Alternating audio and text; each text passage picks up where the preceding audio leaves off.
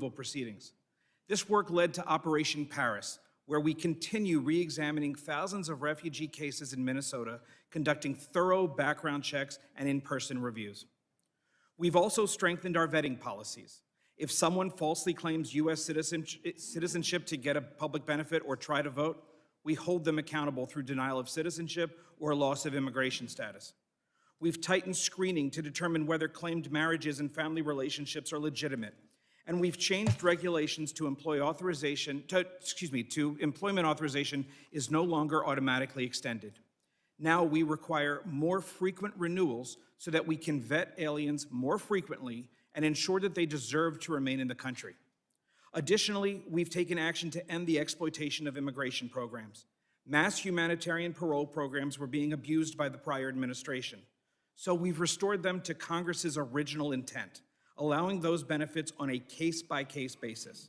Secretary Noem also ended decades of temporary protected status for several countries, returning the program to what Congress intended: temporary protection, not permanent status in the United States. Moreover, this administration is doing more to ensure the integrity of our elections. We enhanced the SAVE program so states can verify citizenship of those on their voter rolls more effectively. Since January 2025, we've processed over 58 million queries, and 27 states are participating. Additionally, federal agencies ran nearly 206 million SAVE queries last year to identify fraud and preserve public assistance benefits for lawful U.S. residents and citizens. We're also putting American taxpayers and communities and workers first. We affirmed that aliens should be self-reliant, not dependent on public assistance, and that their sponsors are liable for the cost of public benefits that they access.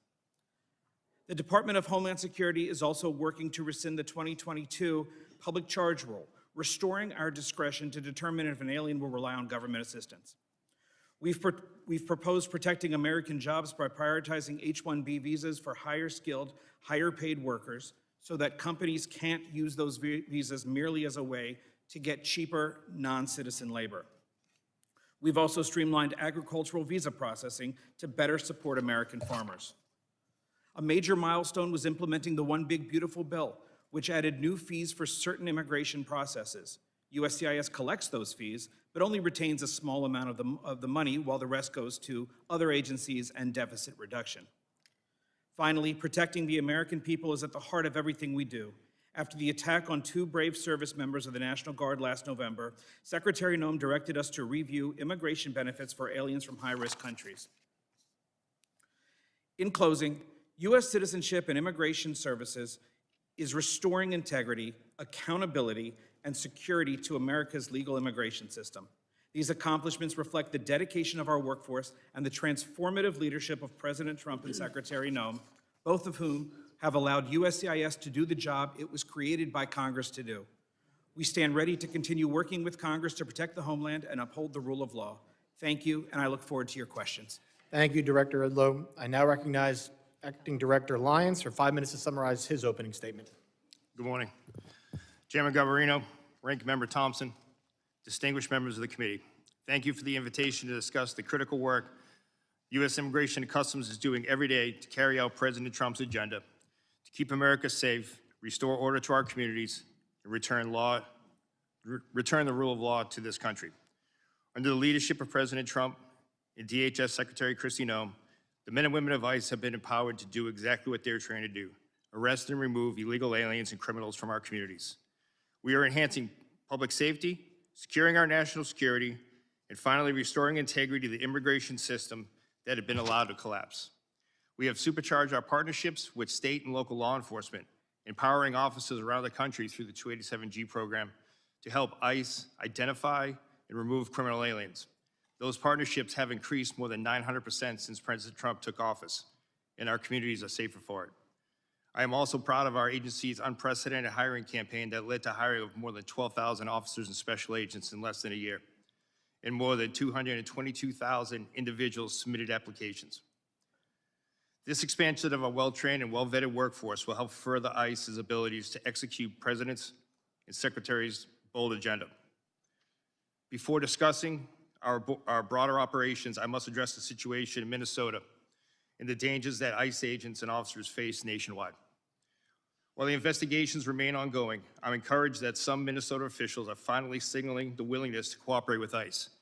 But let me be clear, promises are not enough. We need action.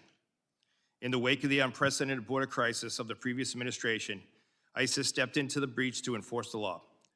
This commitment has a cost. We are facing the deadliest operating environment in our agency's history. In fiscal year 2025, death threats against ICE personnel increased more than 8,000%. Assaults on officers have skyrocketed over 1,400%. One officer in Minnesota had his finger bitten off by a protester, egged on by elected officials characterizing our officers as Gestapo or secret police. The families of ICE personnel have been made to feel unsafe in their homes. I know this firsthand because my own family was targeted. But let me send a message to anyone who thinks they can intimidate us. You will fail. Despite these perils, our officers continue to execute their mission with unwavering resolve, and we are only getting started. ICE remains committed to the fundamental principles that those who illegally enter our country must be held accountable. Since the beginning of the second Trump administration, we have achieved historic results. From January 20th, 2025 through January 20th, 2026, ICE has conducted nearly 379,000 arrests. Among those arrests were more than 7,000 suspected gang members and over 1,400 known or suspected terrorists. The president tasked us with mass deportation, and we are fulfilling that mandate. Thanks to the resources provided by this Congress, we are ramping up detention capabilities and removal flights daily. In the last year alone, we conducted over 475,000 removals.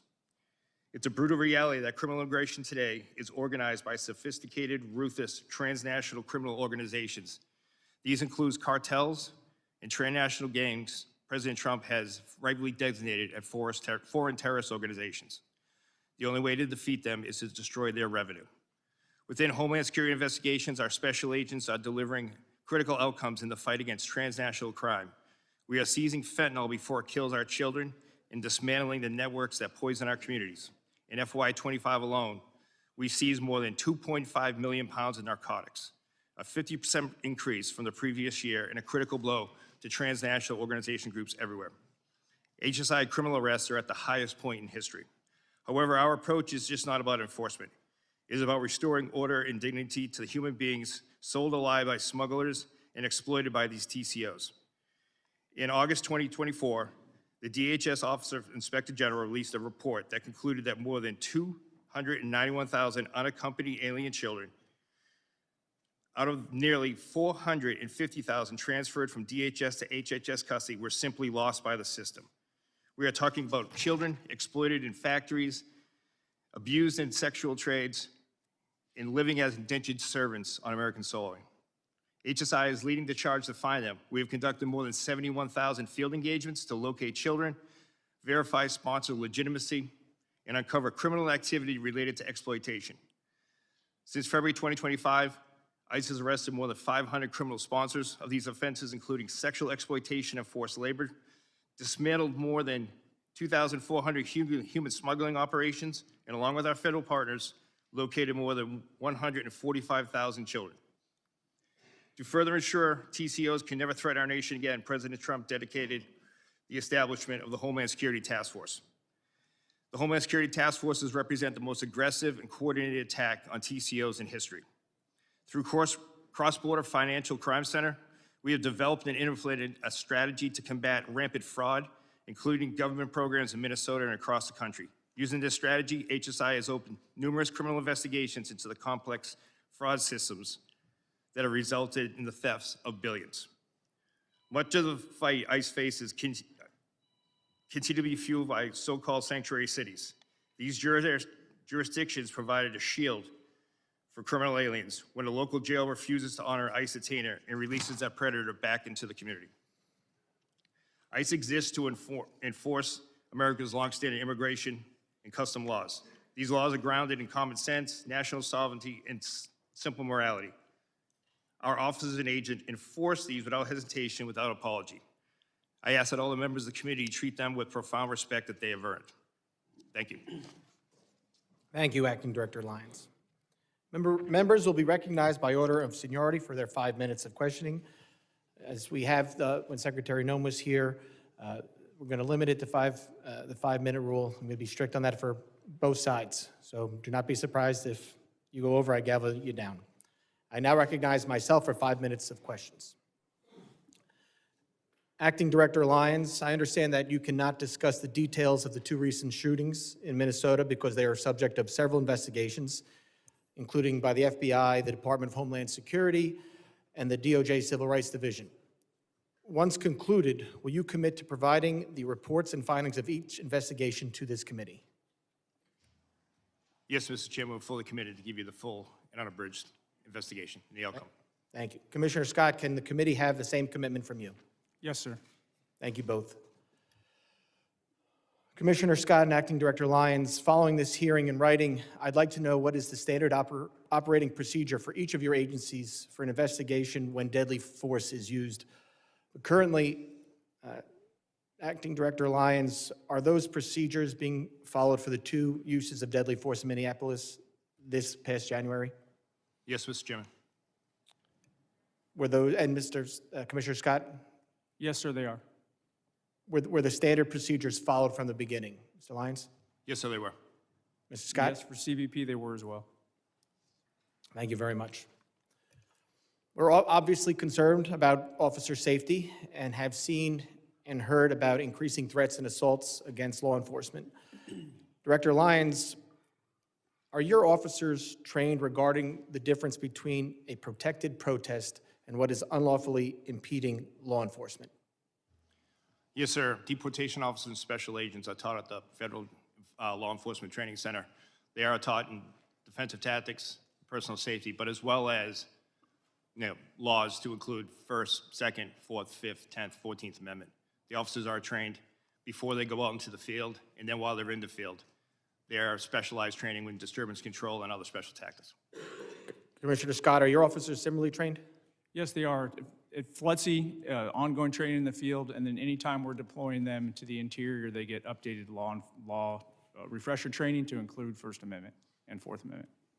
So I want to focus on the training here because with the historic investment in both ICE and CBP, there was a surge in hiring. I need to know, for these new hires, is the training different than what other agents and officers received before the hiring surge? Mr. Lyons, I'll let you start there. No, sir, it's not. The training was never, the meat of the training was never removed. The timeline was. We took training from 5 days a week, 8 hours a day, to 6 days a week, 12 hours a day. In addition to that, training is different in the fact that before officers even go to the Federal Law Enforcement Training Academy, there's pre-employment training, which we never had before. And on top of that, we've adapted our on-the-job training program, which is much like a city or state field training officer program that once they are removed from the Federal Law Enforcement Training Academy, have graduated, before they return to their field offices, they're assigned a field training officer, and that's continued on after that. So let me get this. For ICE officers, the curriculum has stayed the same, but it's now a quicker training. The timeline has moved up? That's correct, sir. Okay, but the curriculum is the same. Yes, sir. All right. Commissioner Scott, can you talk about if there's been a change in training since the hiring surge? There's been no change in the training within Customs and Border Protection. Border Patrol agents go through a 117-day academy.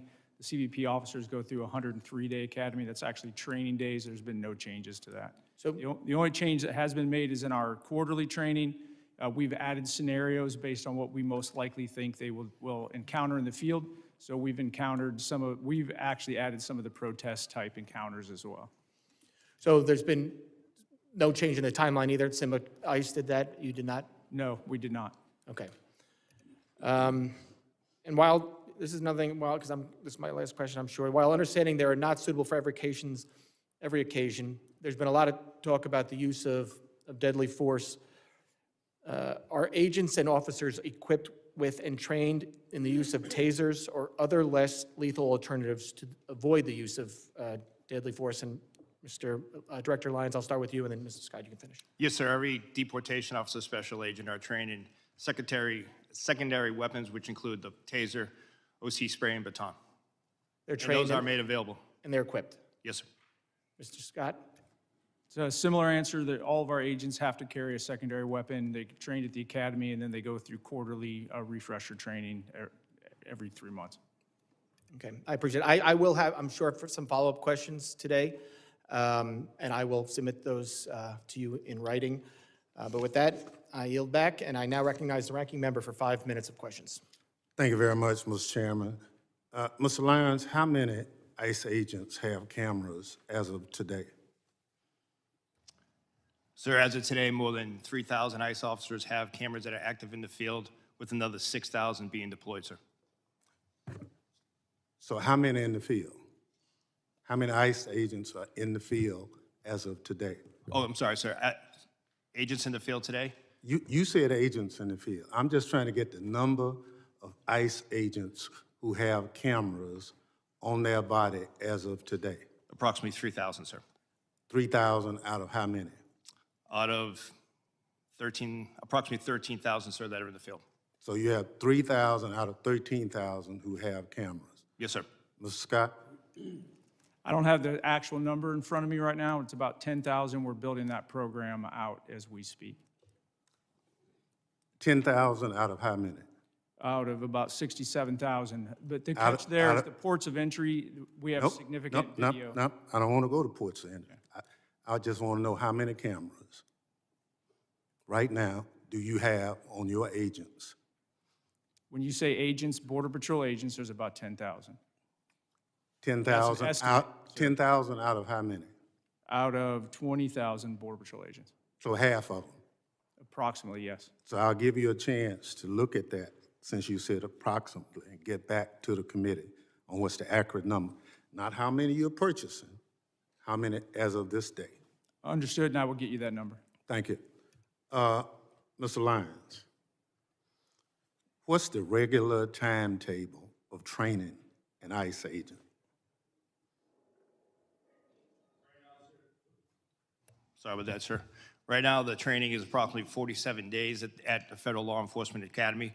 Overall training is about 3 months, sir. So you went from 3 months to 47 days. No, sir, the whole total training to include the pre-employment training and then the OJT program is 3 months. And 47 days in the Federal Law Enforcement Training Academy. So they go to Flexi for 47 days or for 3 months? No, sir, you asked for the total training time. The total training time now is a combined 3 months, sir, with 47 days at the Federal Law Enforcement Training Academy. So you didn't reduce the timeline for any of the ICE agents to come on board? We reduced the timeline for the previous certified federal law enforcement officers or special agents, where we went to the ones who are already trained in firearms and defensive tactics and criminal procedure. We adapted to a shorter program so they would just have the extensive Immigration Nationality Act training, immigration law, and ICE-specific training. So if you hired somebody for ICE today, how much training would they receive before they become a full-time agent? So for a person off the street who has never been a law enforcement officer, they're looking at approximately 3 months of training, sir. And the 47 days is for who? That is for everyone that hasn't, who's never worked for ICE, sir. So you could have someone that's a Capitol Police officer. They would not have to go through extended training for when it comes to defensive tactics, firearms, et cetera. They would have to go through the rigorous immigration training, which unfortunately immigration law is just as confusing and long as tax code, which we have to ensure that we devote that extensive time to. Thank you so much. But Yes, sir. would you provide the committee with the timeline? Yes, sir. We will provide you. Some of us understand it's 47 days. Yes, sir. We will But provide you're you telling us it's 3 months. from the beginning, sir, when they go ahead and come on pre-employment training to the Thank you. OJT program afterwards. But we will provide the committee with the full for Okay. each breakdown. For Mr. Lyons and Mr. Scott, over the past several weeks, the president has made a series of comments regarding the midterm election. The president has urged my Republican colleagues in Congress to nationalize elections. Now, are you involved in any planning on guarding precincts in this country as of today? Mr. Scott. No, sir. Mr. Lyons? No, sir. So there's no information, you've not been asked to start deploying people for areas anywhere? No, sir. Well, thank you very much. Mr. Lyons, I'll get it in writing, Mr. Chairman. I'm going to follow your directions on this. Gentleman yields back. Thank you, Ranking Member. I now recognize the gentleman from Texas, Mr. McCall, for 5 minutes of questions. Thank you, Mr. Chairman. A decade ago when I chaired this committee, Mr. Thompson and I passed a bill to authorize ICE into law. It was a bipartisan effort. It passed the House overwhelmingly, both Republican and Democrat. A decade later, here we are. The Dems have called to abolish ICE. Now they're trying to shut it down. So what has happened in that 10 years? Let's go back to the last 4 to 5 years. What happened in this country and at the border? As someone who lives in a border state of Texas, we saw the most dangerous, wide open border that I've seen in my 22 years in Congress. 10 to 12 million people, and that's what we know about. I think it's far greater, came into this country. Many of them dangerous, violent criminals, some known or suspected terrorists, which I find extremely dangerous. That's why I served as an impeachment manager for Mayorkas, because he violated federal law. The federal statute says, as a former federal prosecutor, I know this, shall detain aggravated felons. What did Mayorkas do? He told his agents, that's discretionary. You can release them.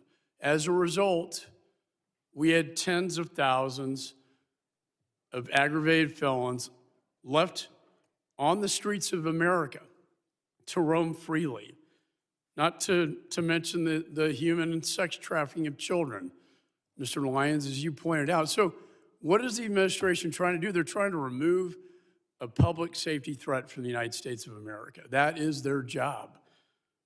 Restoring public safety should be the #1 priority. And one of the problems here, as I examine it, is that Minnesota, Minneapolis in particular, is a sanctuary city. What does that mean? That means that it's a magnet for illegal. They're protected under the current situation because state and locals will not cooperate with federal law enforcement. In fact, Mr. Lyons, is it not true that they were not honoring ICE detainers that were put on dangerous felons in prison so that you could remove them from the United States?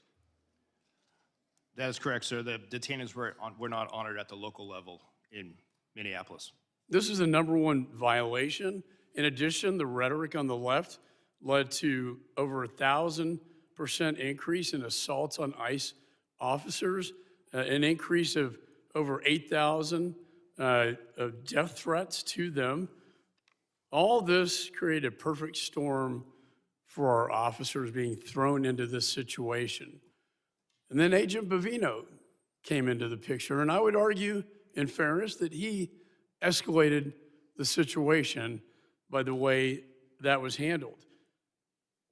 Your officers are not trained to effectuate crowd control. They are trained to move in surgically, go in and remove these dangerous, violent criminals from the United States of America. I've called for de-escalation after the 2 deaths, the 2 shootings that took place. I believe that these roving patrols should be done at the border rather than in the major cities of the United States. So when the president decided to remove Agent Bovino and put in Tom Homan, who I've known for years, a consummate professional, law enforcement professional, I commended the president. And what has been done since Mr. Homan came into the job? We now have targeted law enforcement operations. He is returning to the original mission of ICE. He is working with state and locals to do the crowd control. He is getting them to honor the ICE detainers. He is also getting the body cameras put on them. And the roving patrols, in his words to me, should be done at the border, not in major cities.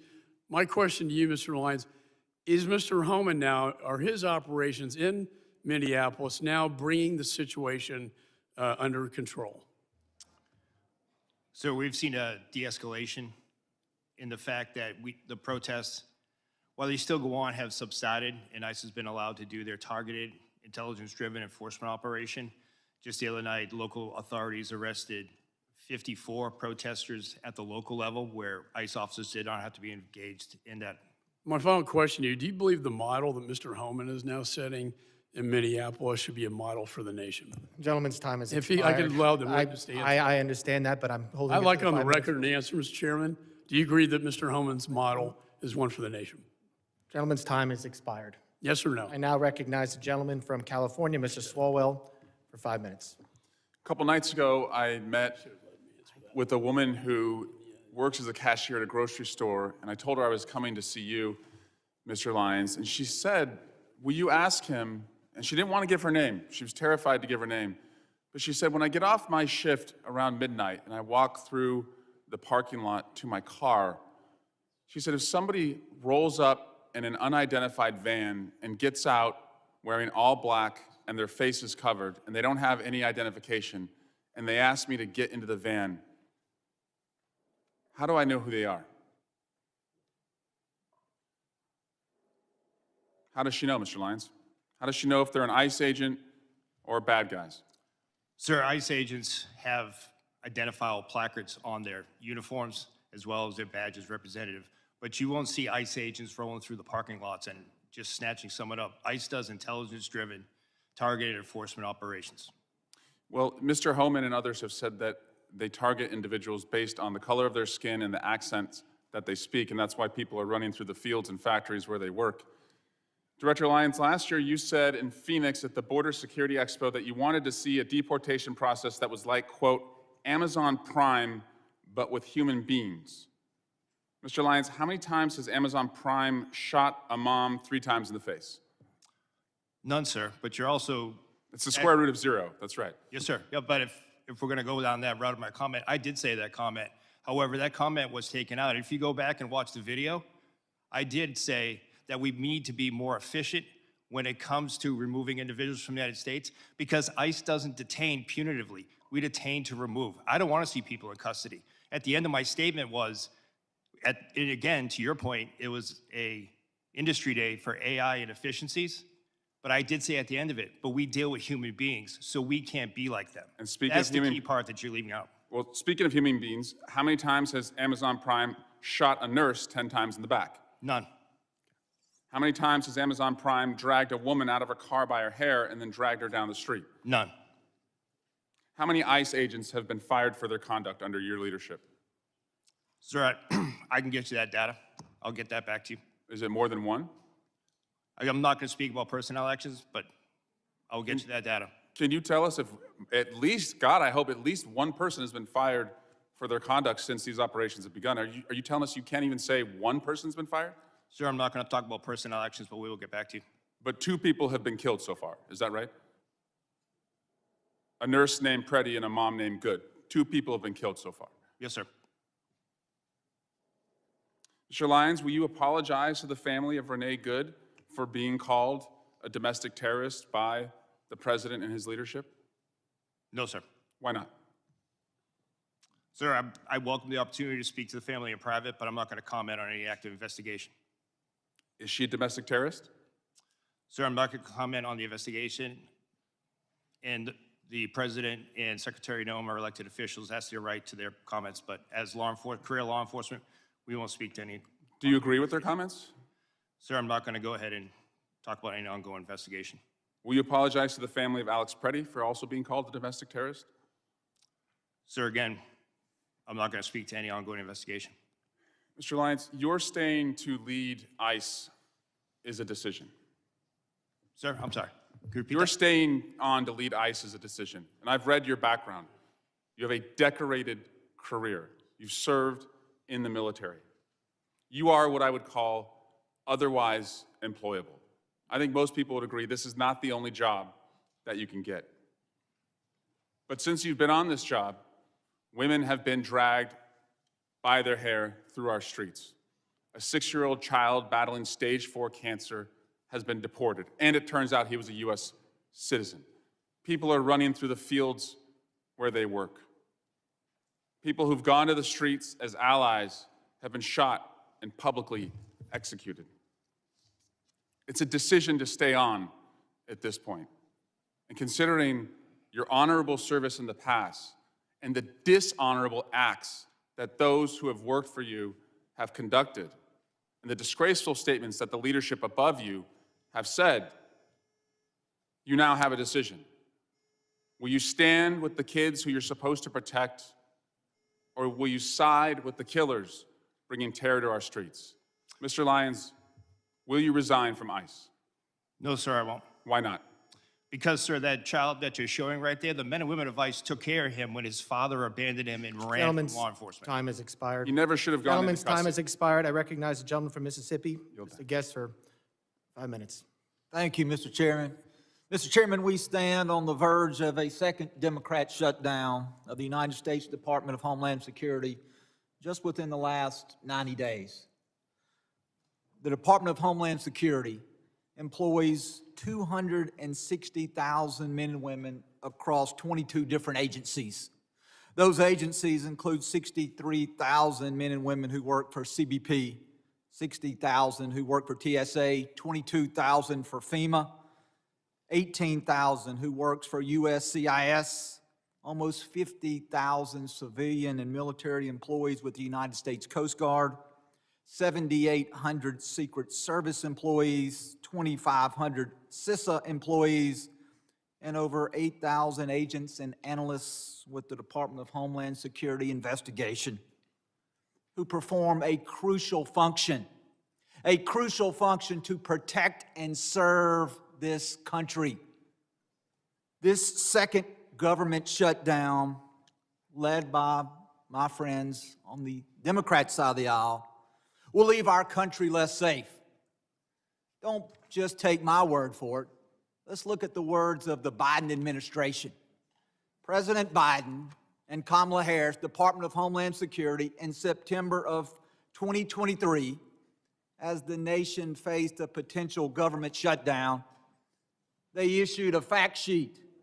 That fact sheet is entitled "The Impact of Government Shutdown on the DHS Workforce." This fact sheet says this. It says DHS workforce is comprised of extraordinary public servants who safeguard this nation. It goes on to say any lapse in federal funding would disrupt this vital work, leaving Americans less safe as a result. Those working without pay include law enforcement, conducting such acts as seizing illegal narcotics like fentanyl, combating child exploitation and child predators, identifying and arresting human trafficking, responding to natural disasters, preventing cyber attacks, and protecting U.S. government leaders. And so I ask you, gentlemen, as we are once again on the verge of a shutdown of the Department of Homeland Security, if the Democrats take us to the edge, if they refuse to sign a CR, if once again the men and women who serve under your leadership, if they are once again not paid, I ask you, how will that impact our nation? Will America be more safe, or will America be less safe if we are once again led into a government shutdown by the Democrat Party? Mr. Scott. I believe consistency and seeing support from the leadership of, on both sides of this building and the president is very important to border security. I think the rhetoric and the back and forth, the politicizing of law enforcement in general detracts from the general morale of our personnel. Is it not important that we pay the men and women who serve under your command? It's critically important. And in a government shutdown, the bills don't stop, do they not? The bills continue to accrue. Correct. And the deployment of technology ceases in many cases, and America becomes less safe. Would you agree with that statement? I would agree America becomes less safe. Mr. Edlow, what about you? Well, Congressman, as I'm sure you're aware, USCIS is a little different in that we are fee-funded. So during a shutdown, the men and women working for USCIS will continue to be paid. However, in terms of our screening and vetting enterprises, as well as everything else we do, we have formed very, very strong working relationships with the other components, and that's critical for us to be able to do our work. While we may be there able to continue without our partners being paid and with them being furloughed, it's going to make America significantly less safe. And Mr. Lyons. Yes, sir. It will have a great impact, especially on the Homeland Security task forces and the men and women that are focused on the transnational crime and foreign terrorist organization. Mr. Lyons, very quickly, we've had many members of this committee who have made allegations. The Democrats have once again taken the mantle of the party to defund the police and abolish ICE. Do you wish to take my last few seconds to speak about the consequences that has on the men and women that you serve? The men and women of ICE are sworn law enforcement officers who are dedicated to their mission to protect the United States. Thank you, Mr. Chairman. I yield back. Gentleman yields back. I now recognize a gentleman from California, Mr. Correa, for 5 minutes of questions. Thank you, Mr. Chairman. I want to welcome our witnesses today. Gentlemen, I wanted to start out by talking a little bit about my district, Southern California, Disneyland. Southern California is the center of manufacturing for the United States. California, biggest ag state in the Union. California, also, big donor, taxpayer dollars to the United States. President Trump got elected on the promise to deport the worst of the worst. Your numbers, Mr. Lyons, less than 14% of those arrested by ICE first year, 2025, had charges or convictions of violence. 70% of those deported had not even a traffic ticket. Mr. Lyons, I think we're all patriots, but I'm trying to figure out how, this is a question to you, sir, how deporting a nanny makes our nation safer, stronger, how trying to deport the father of 3 Marines make this country stronger, how deporting the parents of a number of Marines at Camp Pendleton makes this nation stronger. Sir, thank you for your welcome, first off. Just to address your, the numbers with the 14%, sir, that's 14% that are listed as violent criminal felonies.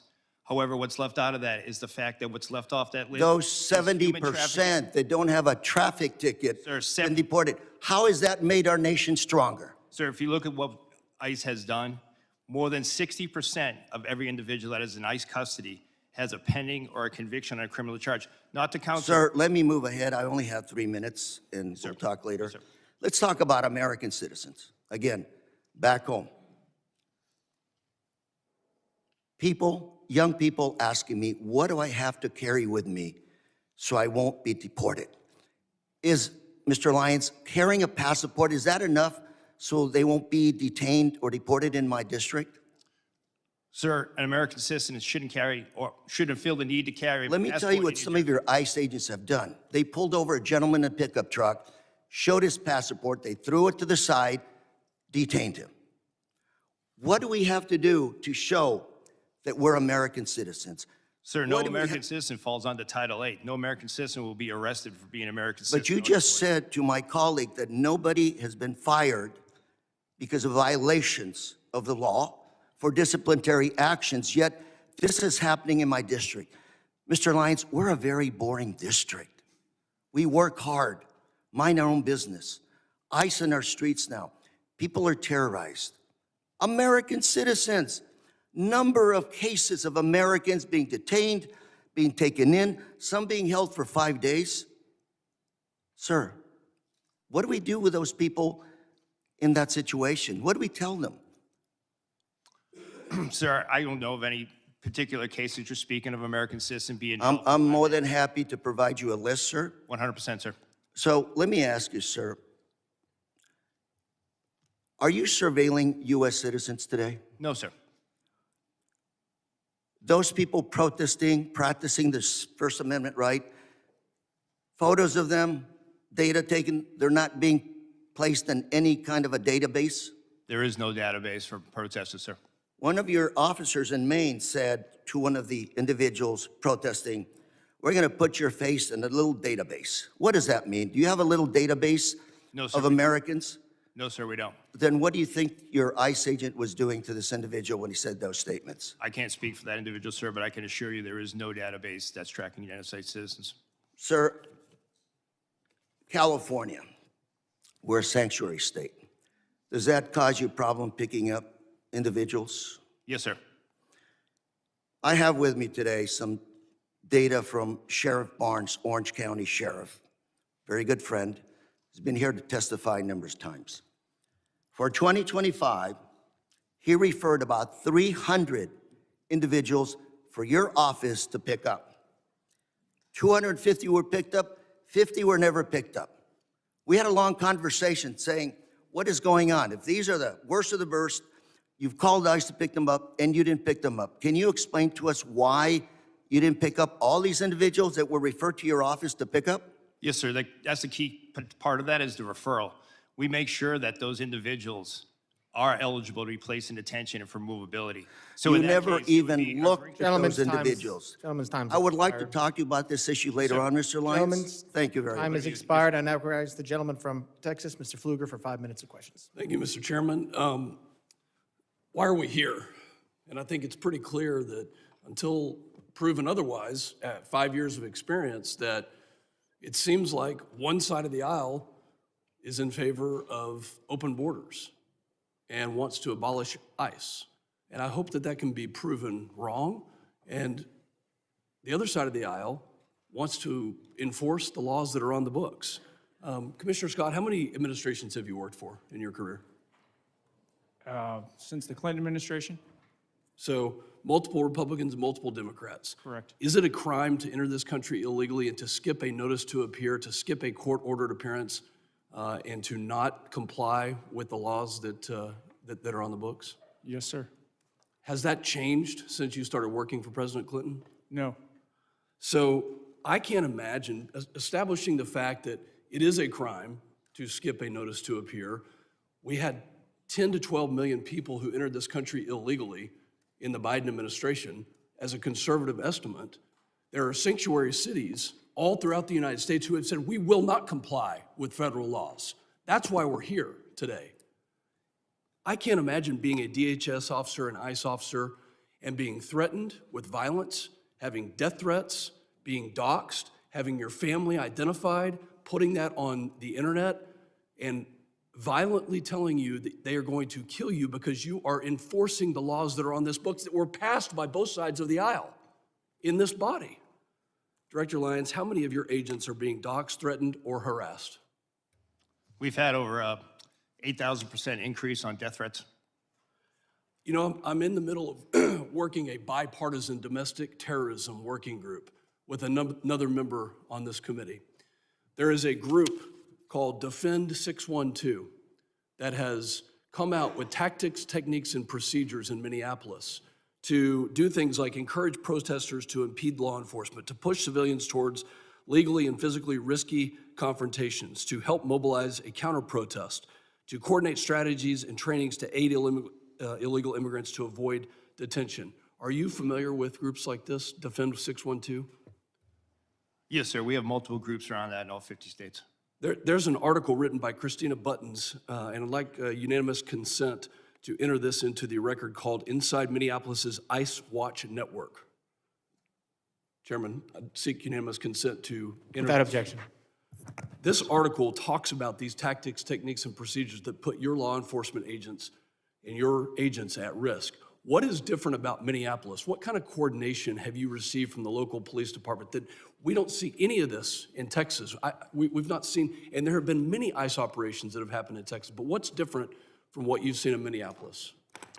Unfortunately, sir, in the beginning of the Minneapolis operation, we didn't see any cooperation at the state or the local level, whether it be from the Minneapolis Police Department or the Minnesota State Police, which led to ICE officers and agents, as well as our other federal partners, pretty much having to defend themselves from whatever impediment, riots, or protests. Were they told by local elected officials not to cooperate? Yes, sir. Is that because they're a sanctuary city? I'm assuming that's in what it is, part? sir, but I can't speak to the mind of those elected officials, but they were ordered not to stand down. How did it make you feel as somebody who carries out the laws that this body has passed when you hear the mayor of Minneapolis say F ICE? Well, sir, I mean, from a morale standpoint, it hurts us to the fact that for decades, and I've worked since President Bush, ICE has always been in Minneapolis. We've always been in every major city and state. So it wasn't like it was a brand new thing. We've always been doing immigration enforcement. So that's demoralizing. Commissioner Scott, are you separating families? No. Tell me about when you served President Obama. Has anything changed in the policy of deportation? And how many people did President Obama deport? I don't have that number in front of me. Policies and how things are enforced do change. The laws have not changed.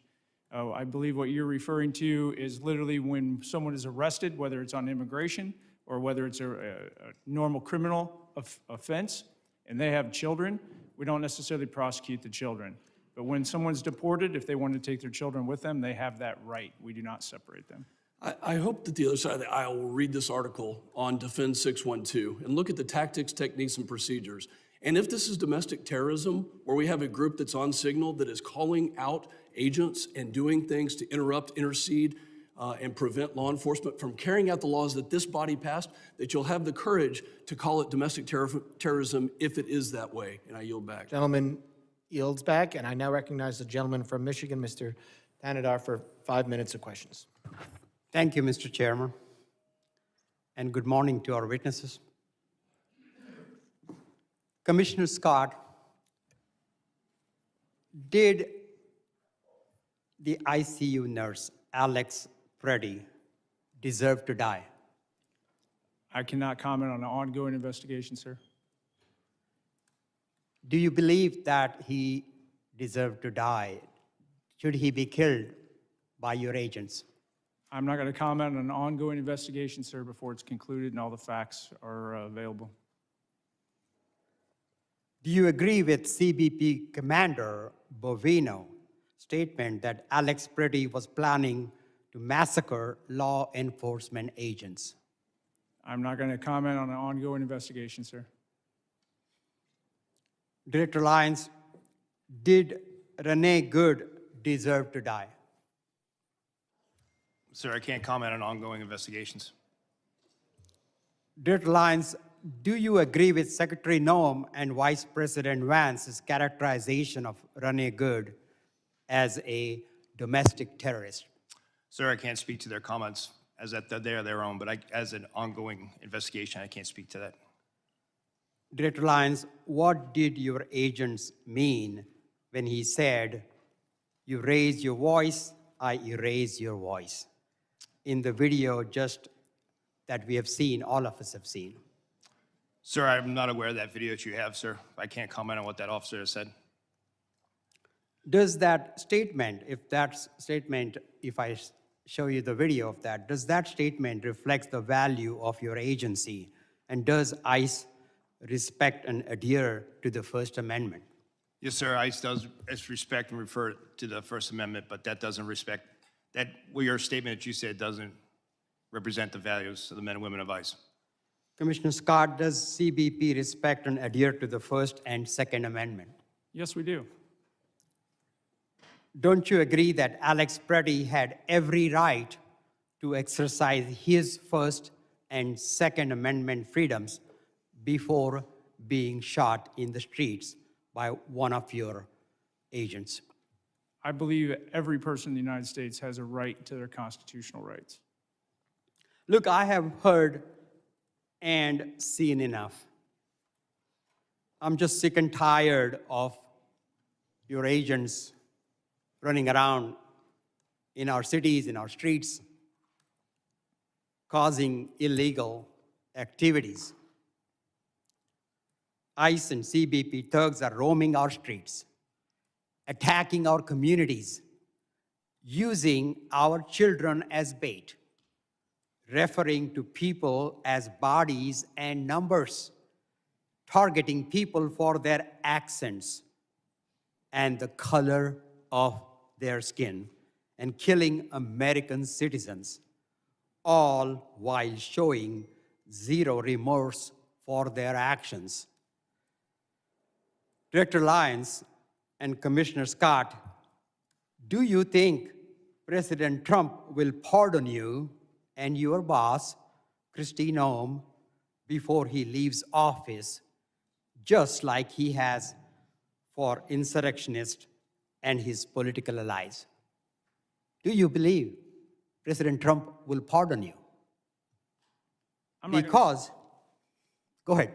I'm not going to speak on behalf of President Trump, but I'll tell you, I signed up for this job to protect America, and I'm very proud of the service that I provide, and I don't need a pardon from anybody. Well, you better hope so. You better hope you get been pardoned, because you will be held accountable for the absolute disregard of the law your agencies have shown over the past year. Your agencies have lost the trust of the American people, with millions taking to the streets to protect the illegal actions of your agencies. And that's why I introduced a bill in the United States Congress to abolish ICE. ICE must be abolished. I also co-sponsored a bill to impeach Secretary Kristi Noem. And I believe Kristi Noem must be impeached. And this Congress must do everything in its power to carry out oversight actions against these rogues departments, including if Gentleman's necessary. time has expired. A witness has requested a break. Committee will recess for 5 minutes. Members of the audience will remain seated.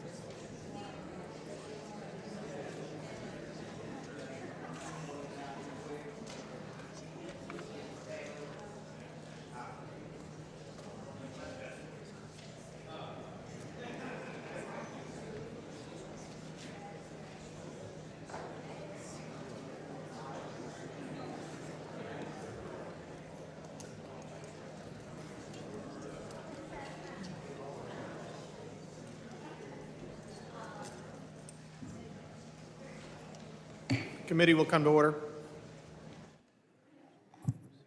I now recognize the gentleman from Texas, Mr. Gonzalez, for 5 minutes of questions. Thank you, Chairman, and thank you, gentlemen, for your service to our great country.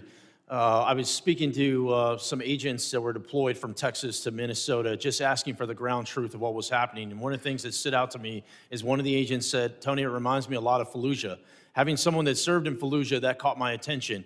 And so my question first is to you, Commissioner Scott, is on the safety of our agents.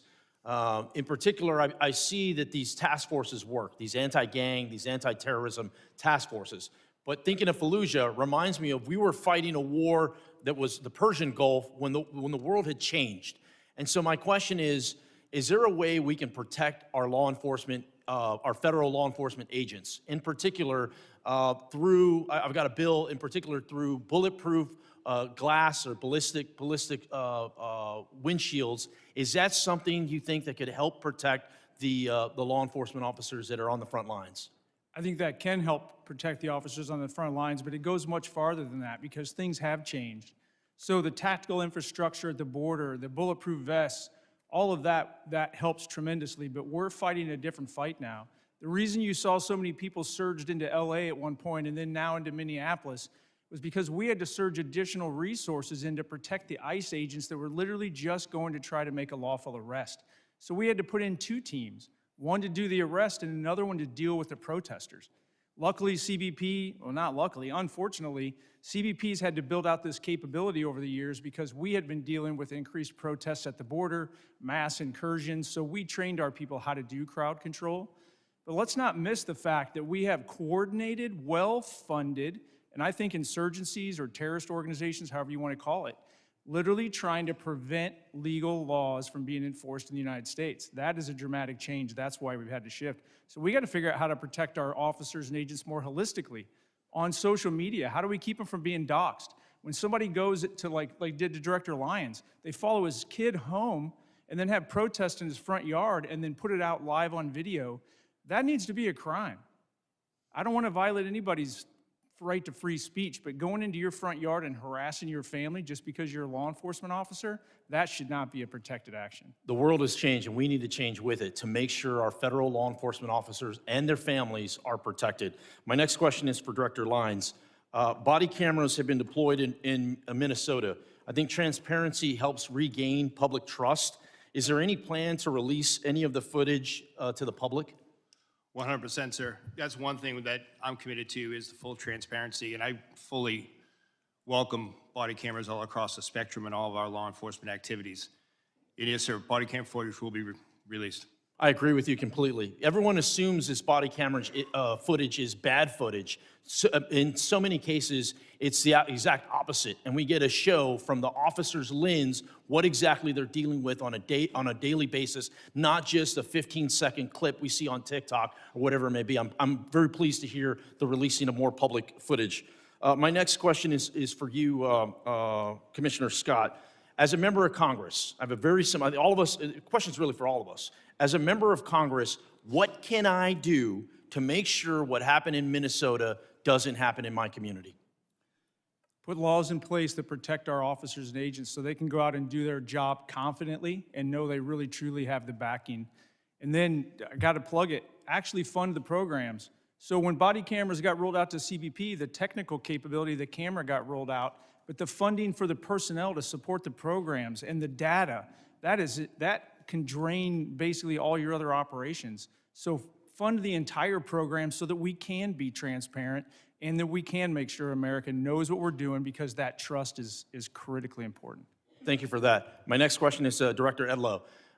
Too many times we talk about the enforcement side, which I think is very important. We see the millions of criminal aliens that are loose in our country. We got to go out there and keep our community safe.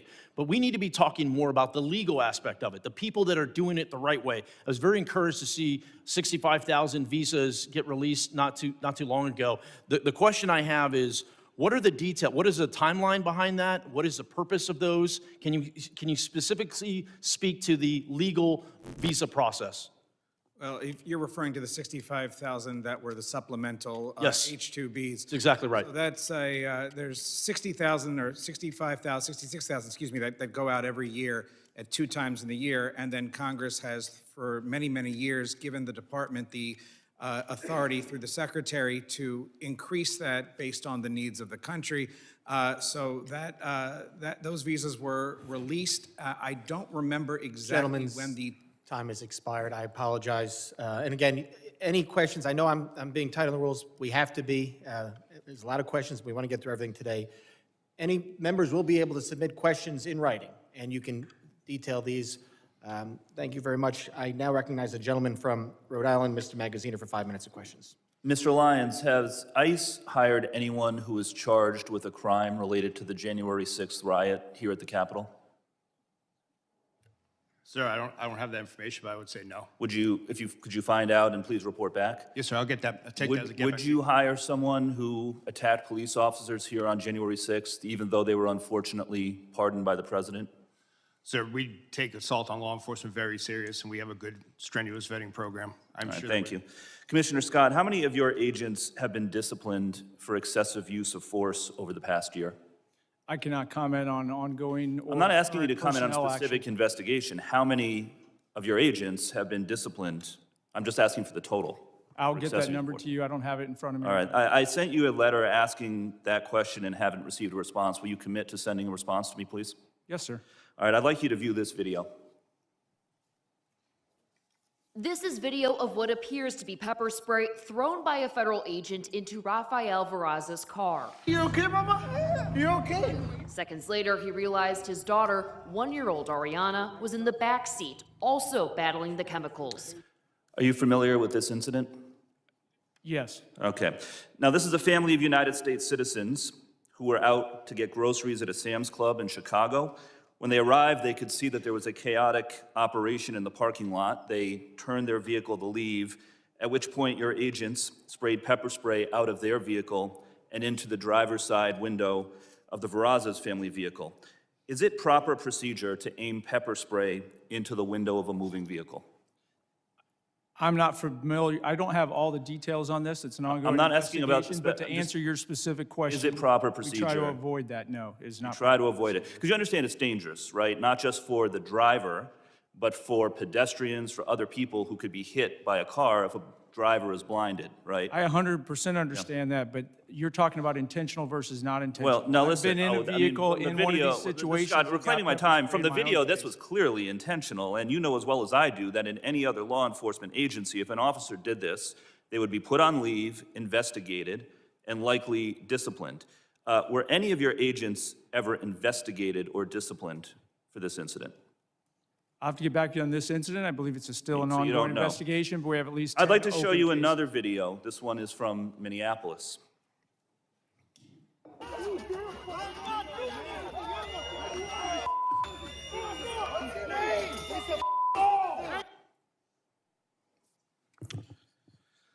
So as you can see, the agent sprayed pepper spray at close range directly into the face of an individual who had already been pinned to the ground by 3 other agents. And there's a picture of this behind me to give you a better view. Is this proper procedure for the use of pepper spray? I cannot comment on that because you're only showing one piece, and that subject Has is this clearly agent not been compliant. investigated? But this is not the intended use of this weapon, correct? The intended use is to try to avoid escalating. It's to de-escalate All the right. situation. Well, he was already pinned to the individual ground by comply. 3 other agents. I think he had been de-escalated. Is there any investigation into this agent for doing this? I'll get back to you. There are several open investigations. All right, listen, there has been no accountability in your agency under the Trump administration. None.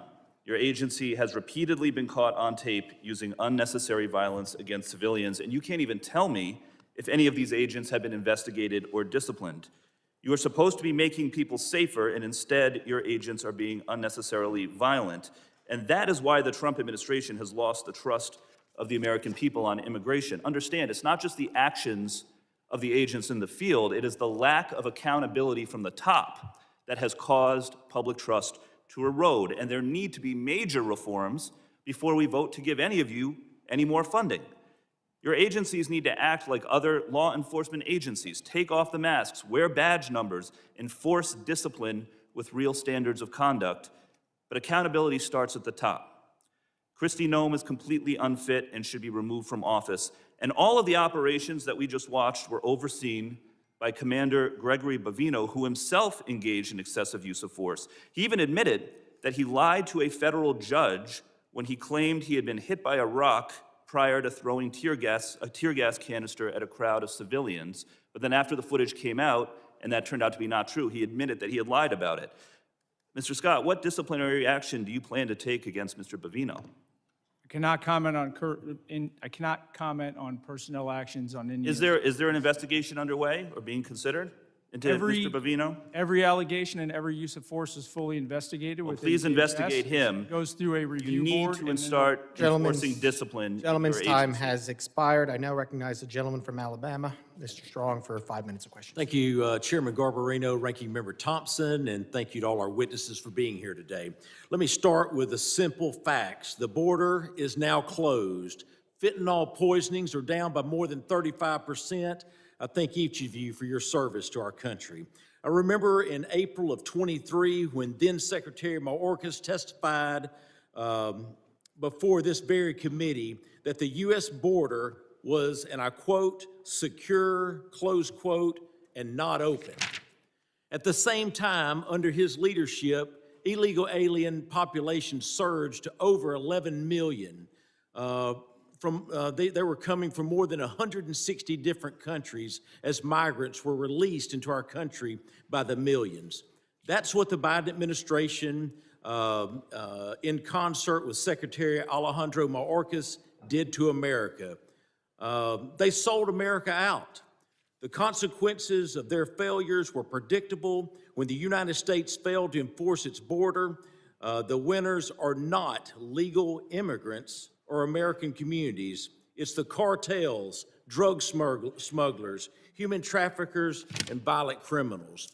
We didn't need new laws to stop this crisis. We needed a president willing to enforce the laws already on the books. President Trump did exactly that.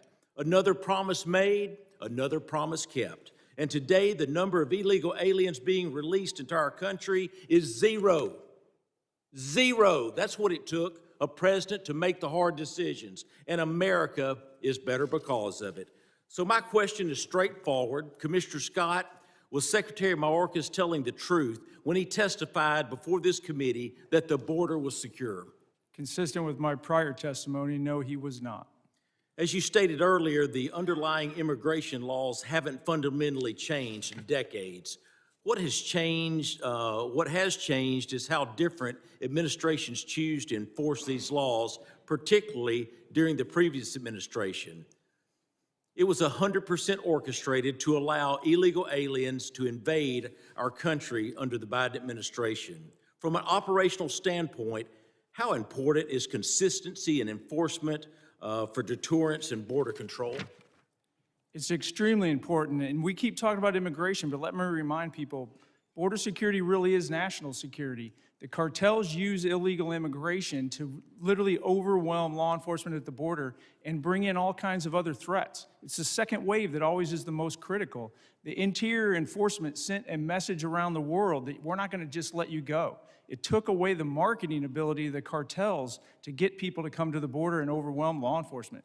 This all works together. It's critically important because it is national security. Thank you, Commissioner. The men and women of DHS deserve our respect and the ability to do their job effectively without mixed signals from Washington. I also want to be clear, I support the men and women who work every day to secure our borders and enforce federal immigration laws. But lately, we've seen growing strain on political rhetoric that goes beyond policy disagreement and targets the legitimacy of law enforcement itself.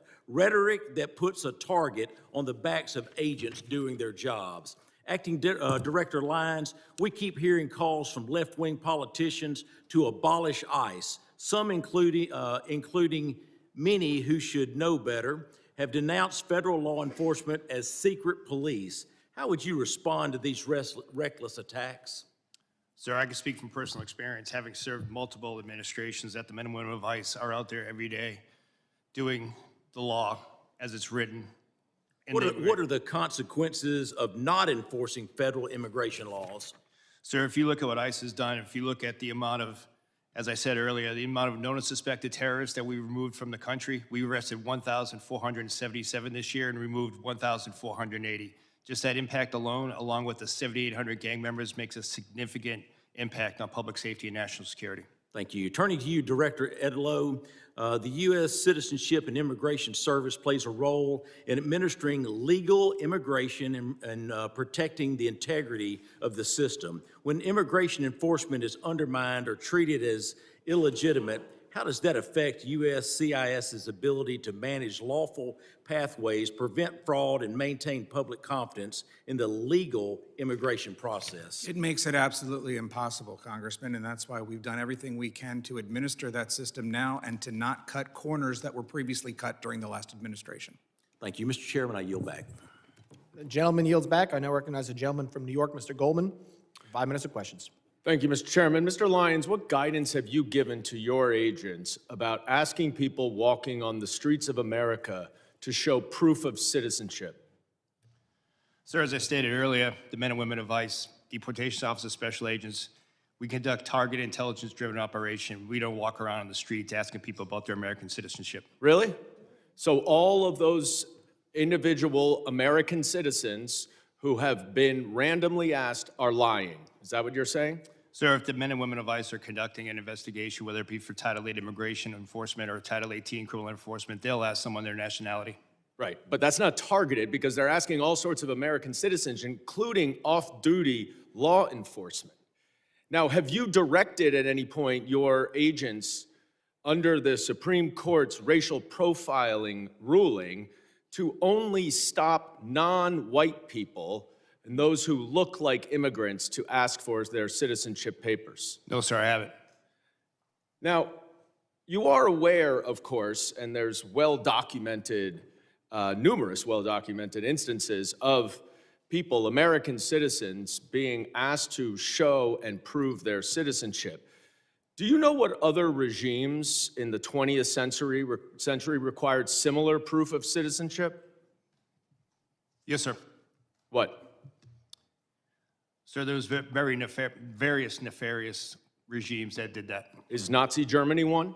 Yes, but Is the Soviet Union one? I honestly Sir, have to I'm stop asking you the right there, questions. sir. Is the Soviet Union one? Yes, sir, but I totally, this is the wrong type of questioning you No, should be asking me. I'll tell you what the wrong type But of actually, thing sir, is. Sir, is it's the my Holocaust time. Museum is down at Reclaiming my 14th time, and sir. Independence. If you want to go see Reclaiming my Nazism, time, that's what Mr. it is. Chairman. It's not the men and women of ICE that are out there doing it every day. So to say that the men and women of ICE are Mr. Chairman, I'm reclaiming my time. I would like my wrong. time back, please.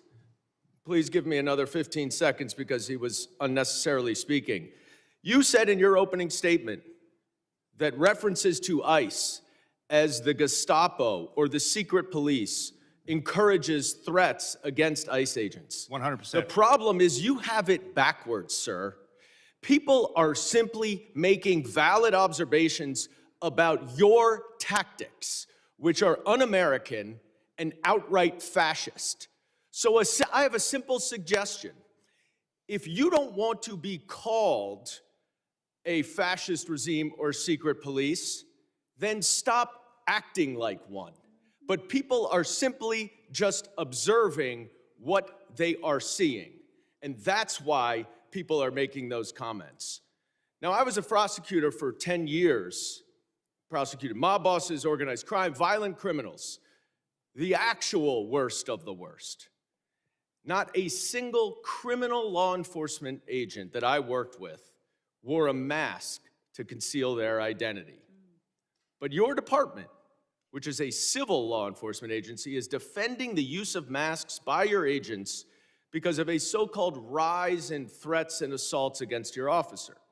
Now, you said in your opening testimony that assaults against ICE officers are up by more than 1,400%, which is now even more than the 1,300% that your gaslighting spokesperson, Tricia from Ohio, has recently been citing. But here's the problem. There are two separate, very detailed, very thorough investigative reports based on your own data that both conclude that assaults against ICE officers are up about 25%, which is far less, of course, than you assert and far less than you would expect from an agency that has more than doubled its hiring and has an even greater increase in arrests. Now, why is that a problem, Mr. Lyons? It's a problem because the explanation that your agents are wearing masks because of fear of assaults or doxing is outright bogus.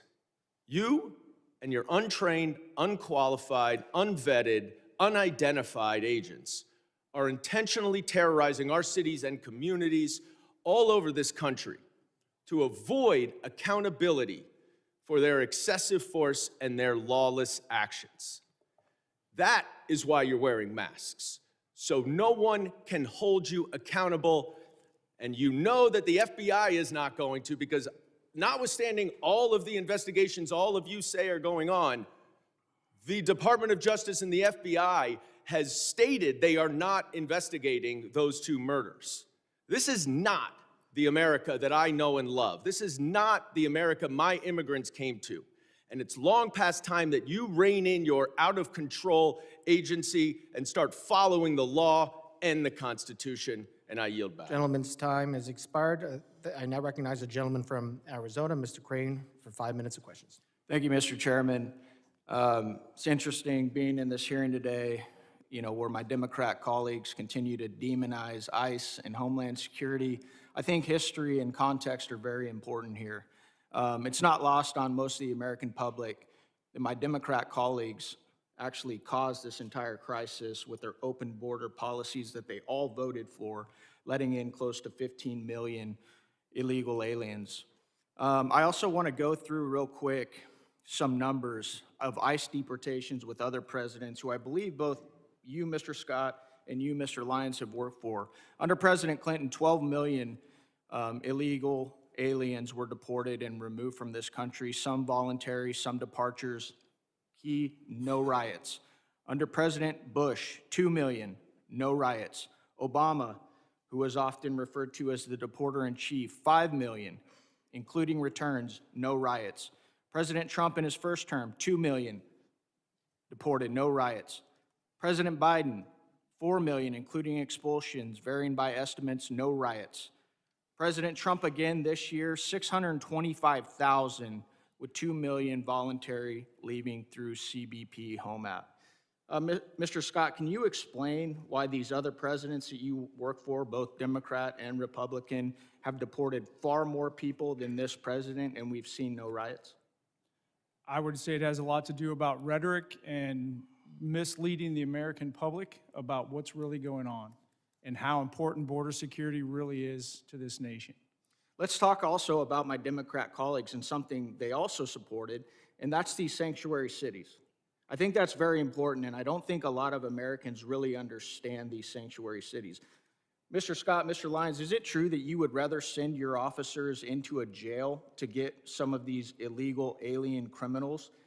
Is it safer for your agents and also the illegal alien criminal if your officers are able to go into a jail instead of having to go out and find them on the street? Mr. Lyons, I'll start with you. Yes, sir, it would be. You wouldn't see the amount of law enforcement officers involved in immigration operations. Right. How about you, Mr. Scott? I 100% agree with the director, and just as importantly, it would allow me to put more agents back on the border to prevent people from getting in here in the first place. Let's also talk about these riots. Mr. Scott, Mr. Lyons, do you guys remember any riots, when for some of these victims that were assaulted and victimized by illegal alien criminals like Nate Baker, Laken Riley, Fletcher Harris, Skylar Provenza, Ivory Smith? I've got a whole list of them. Do you remember any riots from our Democrats or their constituents when any of these American citizens were victimized by illegal alien criminals? No, sir. No, sir. Why do you think that is? Because that's the question that I get asked all the time. Congressman, why do the Democrats care more about illegal alien criminals than they care about these American citizens, many of them who are young, have their entire lives ahead of them, didn't show up to a protest, right, to obstruct federal law enforcement. They're just going about their daily lives and they get victimized by people who aren't supposed to be here. Why do you think they don't care about American citizens? I cannot speculate, but when I look at the chaos that it creates and the corrosive nature that it creates, I go beyond the politics of the United States and I look at our nation state adversaries like Iran, Russia, and China and their influence on social media to keep this negative discourse going. And I think this is a much bigger issue than we're actually admitting that it is in here. I want to tie this together to something that's very pertinent that's going to happen this week here in Congress, where the American people are going to see the bookend of what's going on. We are going to attempt to pass the Save America Act, okay? Which requires documentary proof of U.S. citizenship to register to vote. It imposes photo ID requirements to vote, and it penalizes officials who do not enforce these requirements. And you won't see most of these folks over here on the other side that are demonizing you guys right now. You will not see them support it. So they let millions and millions of illegal aliens into the country. They set up these sanctuary cities so you can't go enforce these federal laws that are on the books that Congress has passed. And now they won't vote to stop these illegals from voting in our elections. If the American people don't understand what this whole thing is about, it's about one word, and it always has been, and that is power. They want power, and they need these illegals to vote in our elections. That's why they don't care about the fraud either, because they need those votes as well. Thank you. I yield back. Gentleman yields back. I now recognize the gentlelady from Illinois, Ms. Ramirez, for 5 minutes of questions. Thank you, Chairman. My mother, a Guatemalan immigrant and an American, taught me that I have the responsibility to look evil in the eye and to fight it back. Mr. Lyon, Mr. Scott, Mr. Edlow, you have used your power to perpetrate great evil. And it's about time you answer this committee for the lawlessness that you've empowered and defended in your testimony. Mr. Lyons, I want to start with you. And I want to talk about ICE. Because under your leadership, ICE has shot and killed Silverio Villegas Gonzalez and Renee Good, violated nearly 100 court orders in January alone. You've used banned chokeholds in more than 40 cases, engaged in warrantless arrests despite of a consent decree, and you used children as bait to put 3,800 children in detention. You created traps for people at immigration court who were following the law and doing it the legal way. And you broke the law by entering into people's homes without a judicial warrant in violation of the Fourth Amendment. Now, let's talk about you, Mr. Scott, and CBP next. Under your leadership, CBP has attempted to execute Marimar Martinez, shooting her 5 times and not releasing the footage that you should release so that we can see the evidence, murdered Alex Preddy, used chemical agents dozens of times in Chicago after a judge ordered you to stop, conducted warrantless surveillance and racial profiling, and acted with total disrespect and disregard for the law while engaging in roving patrols, plate switching, dangerous traffic maneuvers, and observer intimidation. Again, criminals act with that total disregard for the law, and we continue to see it. You would both have us talk about respect for your mission and your agents, but your agencies are unaccountable, paramilitary forces, and I have just as much respect for you as I do for the last white men who put on masks to terrorize communities of color. I have no respect for the inheritors of the Klanhood and the slave patrol. Those activities were immoral then and criminal, and so are yours. And that brings me to you, Mr. Edlow, and USCIS. Truly, USCIS is the most disappointing part of this whole panel for me. Mr. Edlow, let me ask you a question.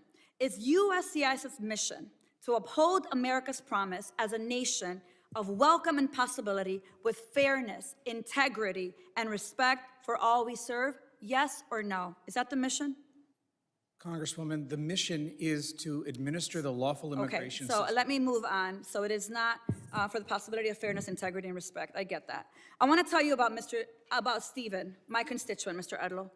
Stephen is a 14-year-old with autism who is seeking asylum. This child has spent 60 days in detention center after he was detained with his dad at a check-in. Let me ask you this. What kind of agency would strip asylum protections from children, even those with pending asylum claims, and deport minors without due process? You don't have to answer that. It's your agency, Mr. Edlow. You are doing that to Stephen, my constituent, an 8th grader. You have abandoned the mission and allowed USCIS to become a tool in DHS's abusive enforcement apparatus, Mr. Edlow. It is shameful to see what USCIS has become. As I've said before, DHS, ICE, and CBP, they're not really rogue. Congress designed DHS to violate our rights under the pretense of securing our safety. I'm gonna say it loud and clear, and I'm proud to stand by what I say. DHS cannot be reformed. It must be dismantled, and something new must take its place. Because if we let DHS persist, it will continue to be a weapon that can be pointed at anyone the government considers the public enemy. And let me tell you, fascism always requires a public enemy. But the power of the people is stronger than the weapons they would wield against us. So Mr. Lyons, Mr. Scott, Mr. Edlow, you have weaponized the government. You have supported a fascist enterprise at the expense of our constitutional rights. You have violated the law. But let me remind you, you will not always be in power. One day, you will be held accountable for your role in this dark moment in America, in our nation's history. I guarantee it. And with that, Mr. Chairman, I yield back. Gentlelady yields back. As I said, the issues we're debating here are important, ones that members feel deeply about. While vigorous disagreement is part of the legislative process, members are reminded that we must adhere to established standards of decorum and debate. Witnesses are here today voluntarily, and I will continue to remind members that while oversight is important, aggressively attacking witnesses personally is inappropriate and not in keeping with the best traditions of our committee.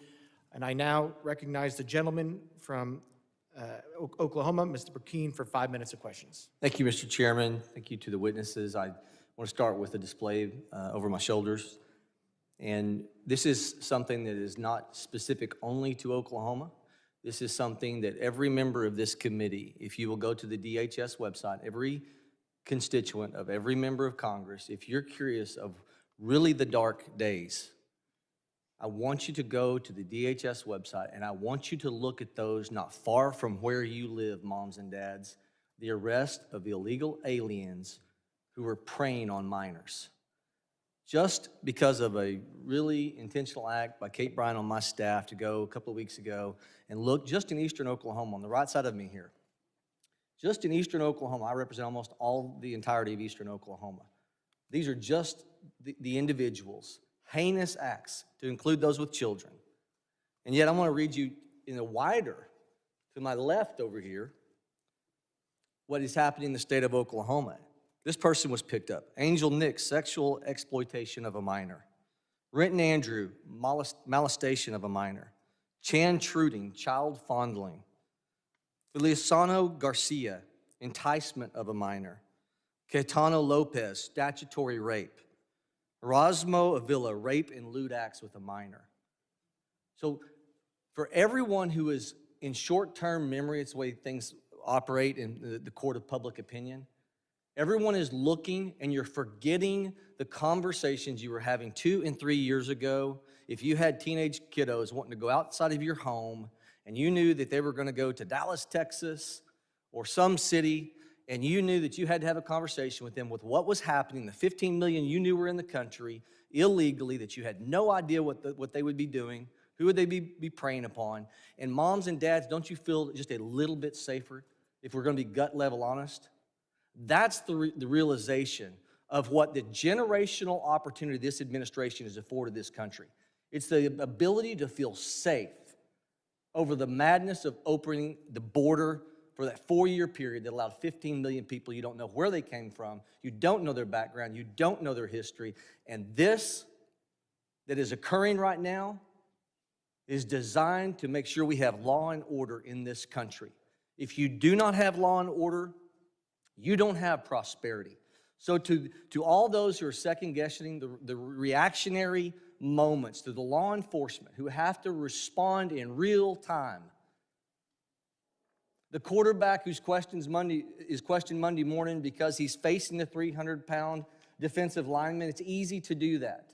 But law enforcement walks out of their home every day and is faced with life or death questions. And we have to understand they are the ones who are affording us the opportunity for our children to feel safe against these that are in your backyard. It's not just in the north. It's not just in Minneapolis. It's not just in Minnesota. They're in every state in the country. Go to the Department of Homeland Security website and Google your area and look at who's being picked up in your backyard. That's how we recenter this conversation to truth. I want your children protected. I am grateful for this president who wants your children protected and an administration. The same playbook is happening now to create chaos and take your eye off the real goal, which is to secure our communities, to get back to a place of safety. Mr. Lyons, can you describe, because of not allowing these people to stay in jails, these sanctuary cities are letting them go, thousands released from jail because they will not cooperate with ICE. And when ICE tries to execute a detainer, ask them to hold a criminal illegal alien for potential deportation, how is this compared with other non-sanctuary city regions in the country? Sir, it's night and day. With the jurisdictions that we do have cooperation, we're able to take that individual in a safe, secure environment. Not only is it a safe, secure environment for the officers and agents, but it's also for the individual and the community, because we only need 1 to 2 officers to make that arrest, where now we're historically 5 or 6, we need up to 15. From what you've seen in terms of protests in Minnesota and elsewhere, do you get the sense these agitators are trying to provoke your agents into reactions? Yes, sir. Can you expound upon that? We've seen multiple times, and unfortunately, we saw like the shooting in Dallas, where agitated groups use apps to identify the location of ICE officers, sometimes prior to even the law enforcement action begins, and sometimes using those apps put the officers, and as well as other federal agencies and local agencies with them, in danger because it exposes the fact of where a law enforcement operation is happening. Mr. Scott, can you describe how the 300,000 children, the UACs, unaccompanied minors, that we're trying to find them, how these protests are stopping us from being able to recover those? Gentleman will respond in writing to that question. I now recognize the gentleman from New York, Mr. Kennedy, for 5 minutes. Thank you. Mr. Lyons, your written testimony today does not make one single mention of Renee Nicole Good or Alex Preddy. Not one. 2 American citizens have been murdered at the hands of your agency, and you have deliberately chosen under oath before Congress to ignore these tragedies. And so today, in my 5 minutes, I look forward to getting the American people some answers and some accountability that I believe they deserve. Mr. Lyons, I have some simple yes or no questions. Do you believe the U.S. Constitution provides due process for everyone in this country? Yes. Do you believe American citizens have the right to protest freely without being assaulted or killed by our government? Yes. Do you believe there should be an independent investigation when an innocent person is killed by a law enforcement agency in this country? Yes. Do you believe your agency has a legal obligation to follow court orders? Yes. Well, Mr. Lyons, you have a very strange way of showing it, with a federal judge finding that your agency is in violation of 96 orders in 1 month alone, and that's just Minneapolis, Minnesota. This administration and the agencies represented before us have shown a complete and utter disregard for the law and the Constitution. Renee Nicole Good and Alex Preddy, both American citizens, both dead at the hands of federal agents. Alex Preddy was a VA ICU nurse who dedicated his life to healing people, veterans. I worked as an occupational therapist for over a decade. In that video that we've all seen, it was Alex Preddy who was doing what healthcare workers do, what nurses do. They help people who are hurting, help people who are in trouble. In this case, helping a fellow peaceful protester who was shoved to the ground right before your agents shot him 10 times. And we're now learning that FBI Director Kash Patel stopped the U.S. Attorney's Office in Minnesota from investigating the death of Ms. Good because of fear that an investigation would contradict President Trump's falsehoods that she violently, willfully, and viciously ran down an agent. 6 federal prosecutors resigned rather than participate in a cover-up. Kristi Noem, Stephen Miller, and you, Mr. Lyons, have appointed yourselves judge, jury, and executioner, allowing American citizens to be gunned down in our streets with impunity. We all know the president is a liar. He's sold snake oil his entire life, but he can't tell us and the American people that we did not see with our own eyes what we saw in that video. 2 Americans shot dead in cold blood. The American people aren't stupid like he thinks we are. The fact that our government murders American citizens, lies about it, and then refuses to investigate or seek justice is beyond abhorrent. It's un-American. Mr. Lyons, in America, we shouldn't have secret police. We shouldn't have masked government agents executing citizens in the streets. The Constitution does not give your agency the right to hide their faces while they kill Americans. Will you commit, yes or no, to immediately unmasking every agent conducting immigration enforcement and requiring them to wear standard uniforms with identifiable badges? No. Well, that's a sad response. Your answer is completely unacceptable. People who are proud of what they do aren't hiding their identity. We're a nation of laws, and you, your boss, Secretary Noem, and Donald Trump are not above the law. The American people are angry, and they're demanding accountability and justice from those giving the orders. Mr. Lyons, yes or no, do you believe that Secretary Noem should resign? I'm not going to comment on that, sir. So you're going to look the families of Renee Nicole Good and Alex Preddy in the eye and tell them Secretary Noem should keep her job after their loved ones were killed? Sir, the loss of any life is unacceptable. In the heart, my heart, prayers and thoughts go out to anyone who's tragically losing his life, especially a child, since I've suffered personal loss in my life. But I'm not going to comment on an ongoing investigation. Well, Mr. Lyons, the American people are watching. Your unwillingness to demand accountability from your own leadership speaks volumes. 2 American citizens Gentleman's are dead. time is expired. The American people deserve Gentleman's accountability. time is expired. Members are reminded that we must adhere to established standards of decorum in debate. It is a clear violation of the rules of the House to make statements that might be personally offensive to the President or the Vice President of the United States. I now recognize the gentlelady from South Carolina, Ms. Biggs, for 5 minutes of questions. Thank you, Chairman Garbarino, and thank you to our witnesses. A big thank you for what you do each and every day to secure our border and to carry out the will of the American people. You know, this Trump administration and the CBP and ICE, they've done a stellar job of securing our border. And we can just look at the numbers. They tell the facts. Crossings are down from a high of over 300,000 a month under President Biden to around 10,000 a month under President Trump. However, the lax border policies of the Democrats have flooded our country with tens of millions of illegal immigrants. This invasion was facilitated by sanctuary cities. Most cities will hand over criminal aliens with a deportation order to ICE, but sanctuary cities refuse to do so, often releasing them back into the public around our communities, our children, and making it unsafe. Cities like Minneapolis pick and choose which laws they want to enforce, and by doing that, they place our federal law enforcement in danger, forcing ICE agents to make arrests out in public, something that could be avoided if sanctuary cities simply cooperated with the federal law.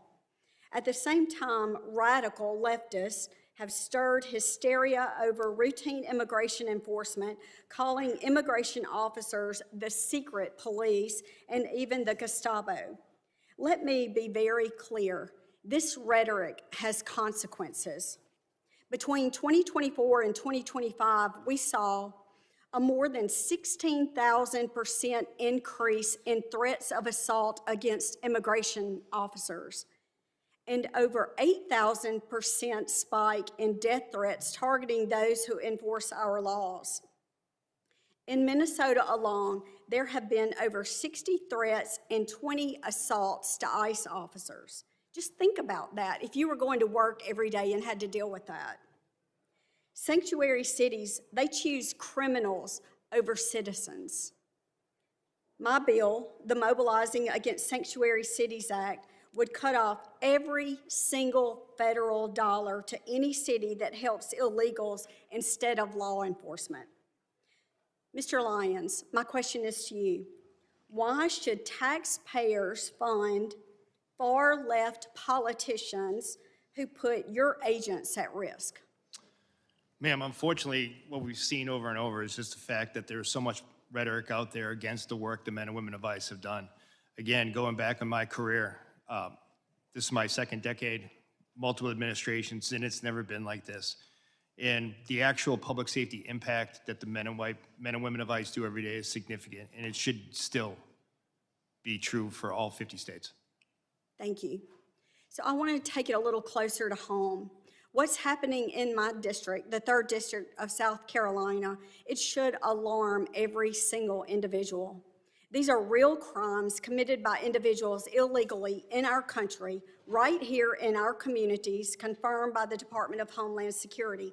We heard a little bit from my colleagues earlier. So let me just give you a few of the worst.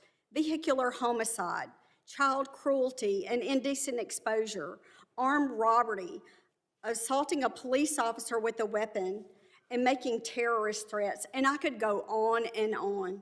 We're also seeing convictions for drug trafficking, burglary, forgery, repeated illegal re-entry, and more, and this is what I consider chaos. And it's the direct result of open border policies that put American lives at risk. But amid all of this, we're seeing true heroes step up. Our federal immigration officers are on the front lines of securing safety and prosperity for us and for our children. They've been given a difficult task, but they are up to the job and certainly meeting the demands.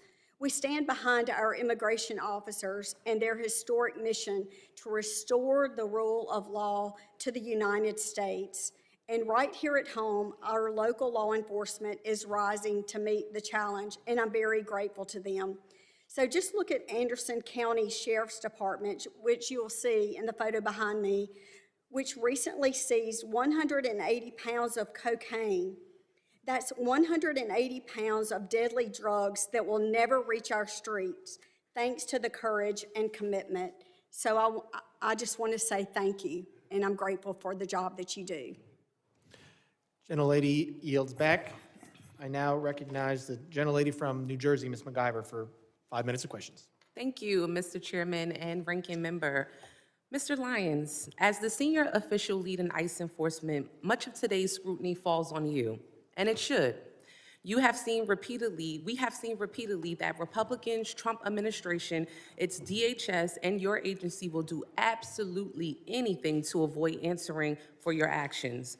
When I showed up to inspect Delaney Hall, a private prison that you contract with, ICE tried not to give us an oversight tour.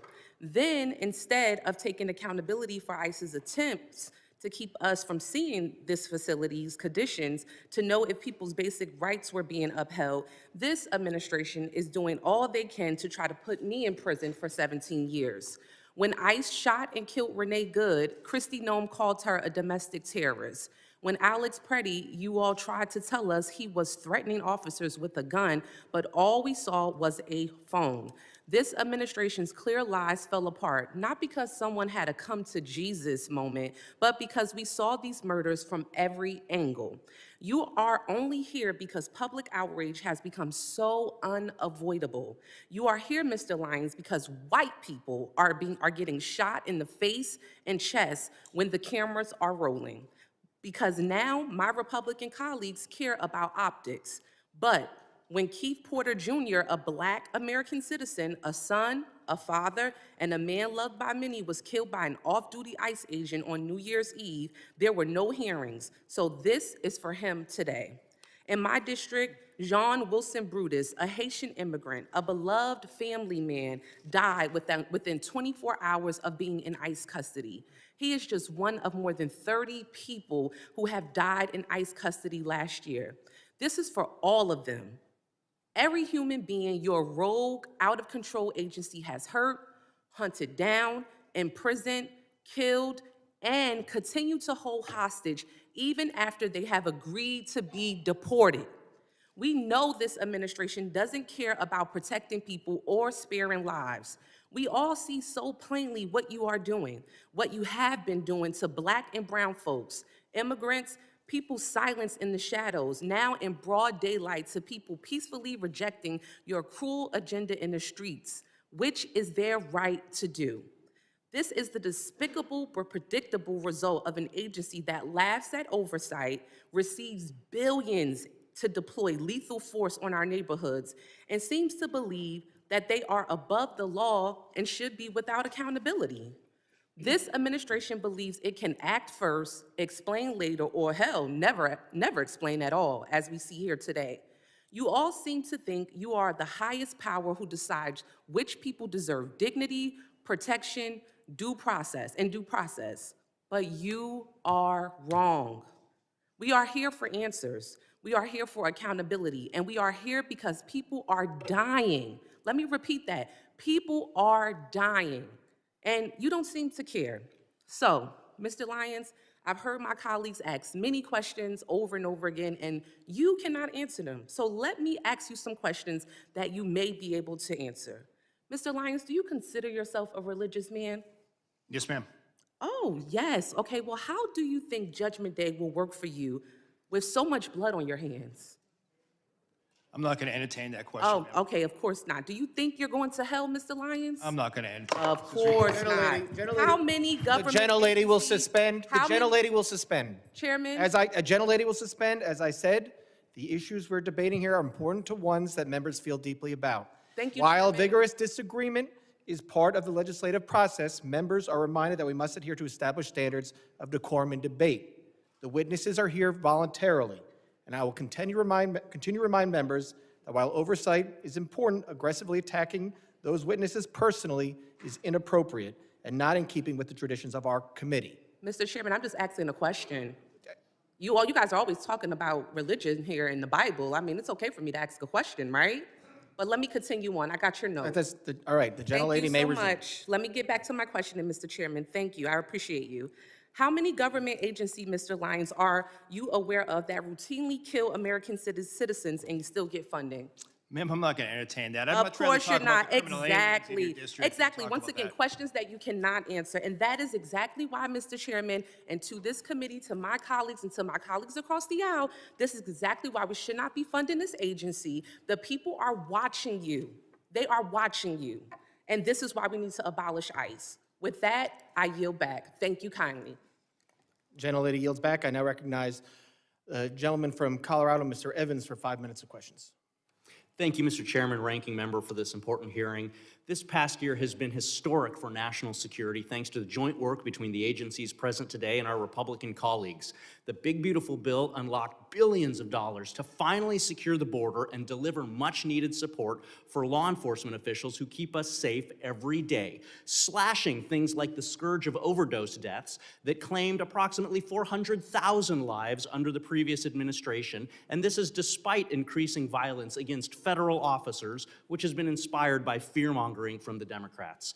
As a soldier for 12 years, as a cop for 10 years, and as the only Latino in Colorado's delegation, it's been my long-standing position that with a secure border, we must use all available resources to target the worst of the worst, violent offenders like murderers and rapists, and so-called nonviolent like drug dealers and thieves and child porn producers. Get the gangsters, not the grandmas. Director Lyons, is ICE's priority the apprehension and removal of criminal non-citizens rather than the broader population of illegally present individuals? Yes, sir. ICE's continued focus is on the criminal aliens that are in our neighborhoods. Thank you. Unfortunately, Democrats in my state in Colorado champion soft on crime sanctuary policies at the state level and in cities like Denver, which borders my district. These policies not only impede federal investigations that target cartels, gangbangers, entities like Tren de Aragua, MS-13, the Sinaloa cartel, but they also endanger our communities by releasing dangerous criminals back into the streets who continue to traffic drugs, steal cars, intimidate families, and recruit children. In fact, fentanyl overdose rates in Denver are going up in 2025. It's common sense that when local or state police arrest an individual for a crime, those officers should be able to obtain basic information about the arrestee, and those state and local officers should then be allowed to share information with federal law enforcement to communicate threats, honor detainer requests, and work together to ensure national security and public safety. So, Director Lyons, can you please explain how ICE works around sanctuary policies to go after the worst of the worst? And do these sanctuary policies that release criminals back into the community increase or decrease ICE's presence in the community and the temperature of the interactions that ICE has with the community? Sir, when we deal with sanctuary jurisdictions, we do have to have more law enforcement officers on the street.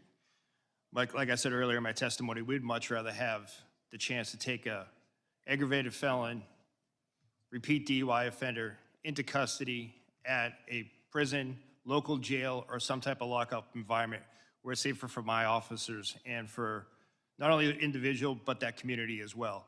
And then given the opportunity to take that person into custody before that person can reoffend. Unfortunately, as a field office director, when I ran the Boston field office, we saw too many times that we placed a detainer on a sexual assault individual who just went out later after the detainer was dropped to rape again.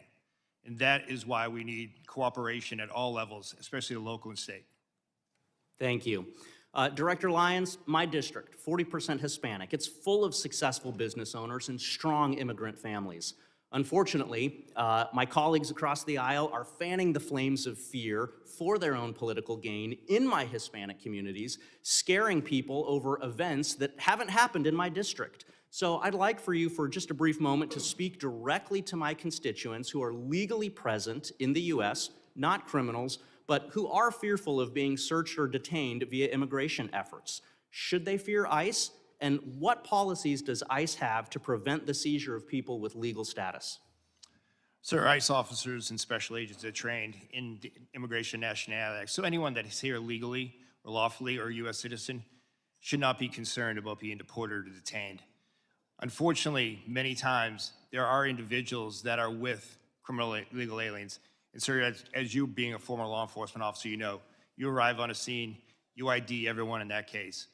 If we're looking for an individual and someone is here present in the country legally, then we're going to take action. We're not going to turn a blind eye no more. But someone that's in the country lawfully should not feel scared to walk down the street, drive. Thank you. Sorry, I got 23 seconds left. Have one thing that I want to ask. As a cop, if I had an arrest warrant, and there's a difference between arrest warrants and search warrants. If I had an arrest warrant for an individual and I thought they were in the house, or if I was assisting social services with a child removal, I still had to have an arrest warrant to go in the house. So I have many questions about the memo saying that you don't need a warrant to go into the house. Will you commit with me at a later date to discuss this? 100%, sir. I would look forward to sitting down and discussing that. Yield back. Gentleman yields back. I now recognize the gentlelady from Texas, Ms. Johnson, for 5 minutes of questions. Thank you, Mr. Chairman. I would like to, Mr. Lyons, I wanted to just follow up on a statement that you just made, which is that if you're here legally and lawfully, you should not worry. I think the problem is there are many, many immigrants that are here legally and lawfully that are very worried because they have been snatched off the streets. They have had their face beat in by ICE agents. They've been yanked out of their car. They've been driven around and harassed. And so that is, I think, at the end of the day, the key nut of the crux here, which is that, unfortunately, there is not just this focus on criminals and that people who are here in legal status. And for example, I have an example of this that I'd like to highlight for you. Back in October, Maher Tarabishi, a North Texas resident who was allowed to be in this country legally and was under a supervision order to check in on an annual basis since 2008. and did that because he had an adult disabled son. And so he was here working as an IT consultant and was here in legal process to take care of his adult legal son. He went to check into his appointment. It so happened to be at the time that the Dallas ICE office was closed due to the shooting. And so he was not able to check in. When he went back to check in, he was immediately snatched up and detained because he missed his appointment. That was unavoidable because the office was closed. He told everyone here was he in legal status. He had been here since 2008, and he had an adult disabled son that would likely pass away if he was not released. He was not released. His son died. And then to complicate it, he was not allowed to go and attend the funeral. And he's still in detention in the Bluebonnet facility in Texas. He is not a criminal. He has no criminal history. He was here legally. That is an unacceptable outcome. And I would like to know if you are willing to review his case and help us get his release, because he should not be in the Bluebonnet detention facility under these facts. Yes, ma'am. I'm committed to reviewing that case for you. I appreciate that. The other issue that I am really very concerned about is these warrantless entries into people's homes. It is a problem that is of epic proportion. There was just recently, yesterday, circulation, a Latino family, ICE just broke into their home without a warrant. And there was an example where they arrested a man in his pajamas who had every right to be here as a US citizen, but wrongfully snatched out in the freezing cold without a warrant to do so. The problem that we're having, nobody wants to see attacks on ICE agents, sir. But this is something I have brought up in this committee time and time again, which is, unfortunately, under your leadership and under Secretary Noem's leadership, this rogue brutality that ICE agents are inflicting upon the people of this country is not being reined in. It's not being, the agents who are abusing their power are not being held accountable. I'm sure that there are many, many fine agents who are doing everything they can to exercise their duty lawfully. But the problem is there are agents who are not. And the power that they have has gone to their head, and they use that power unconstitutionally in violation of many people's direct constitutional rights. And what you're seeing in this country is the fact that your agency, it's not stopping. And rather than saying, yes, we're going to take steps to keep these people who are abusing their power and who are terrorizing citizens of this country wrongfully, that we're going to hold them accountable, rather than well, that's what we want to see. You're doubling down on that we're only going after criminals, which is in your own comments. You said that you had 397, I think that's right, 379,000 arrests, but only 8,700 of them were suspected gang members or known suspected terrorists. That's 2%.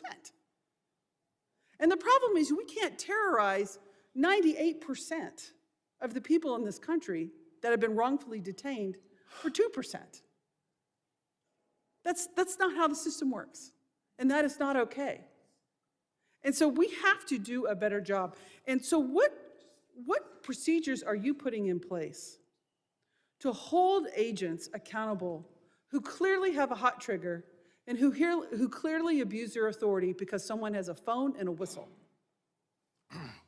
Ma'am, ICE does have the Office of Professional Responsibility. It's a robust internal investigation agency that does investigate allegations of special agent or deportation officer misconduct. And we do take everyone seriously, and we do investigate those.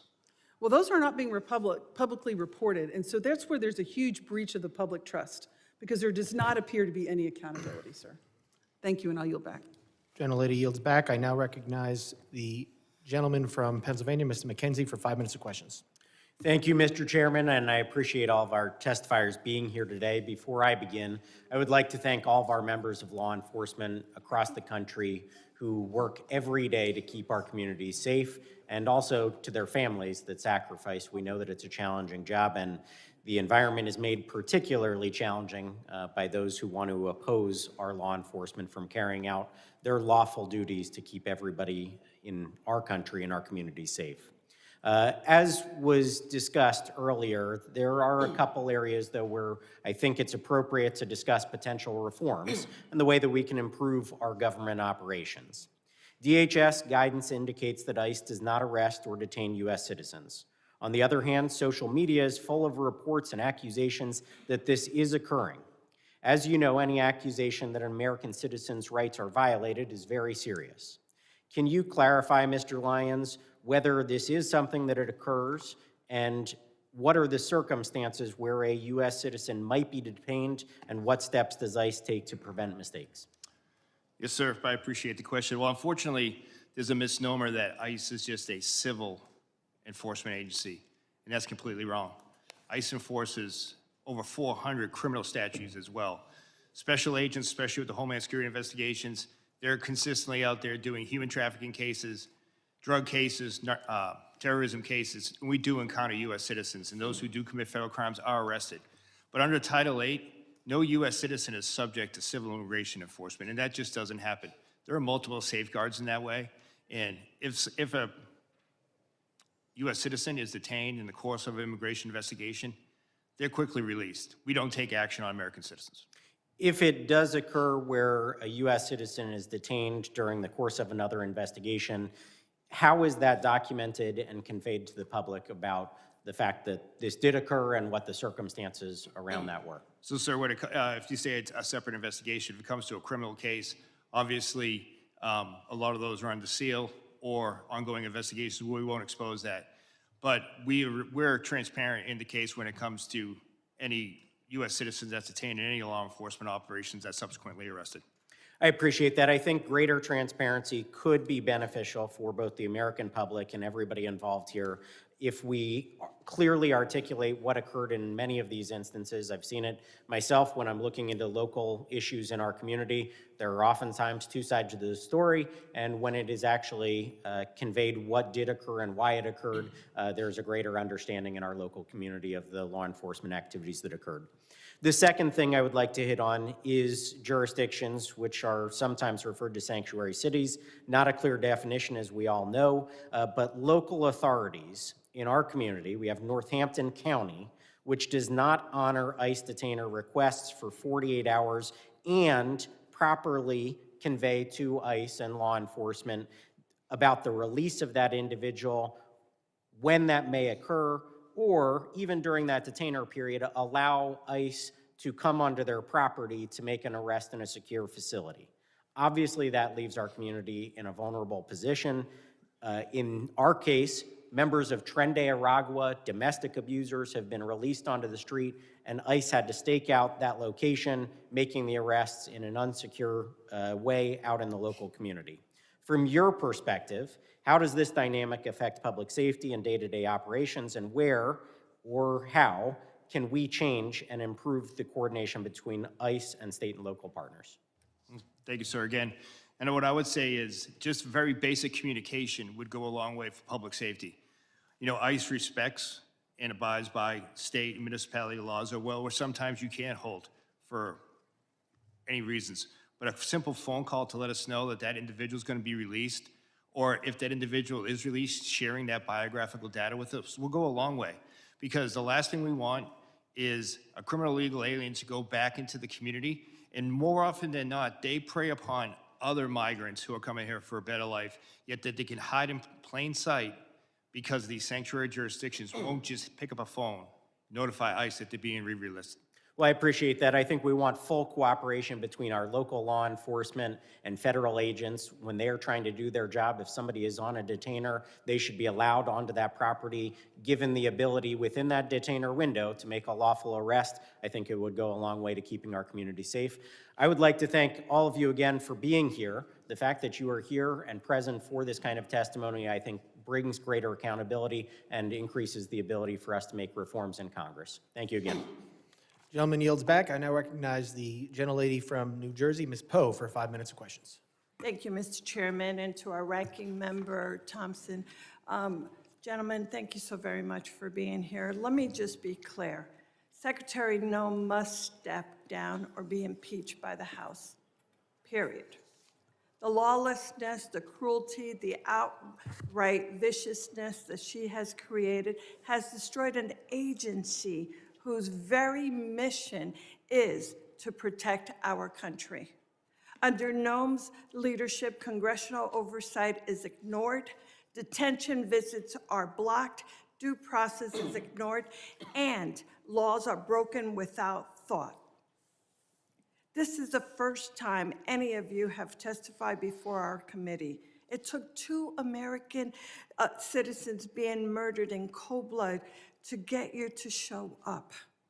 ICE raids schools, churches, and hospitals.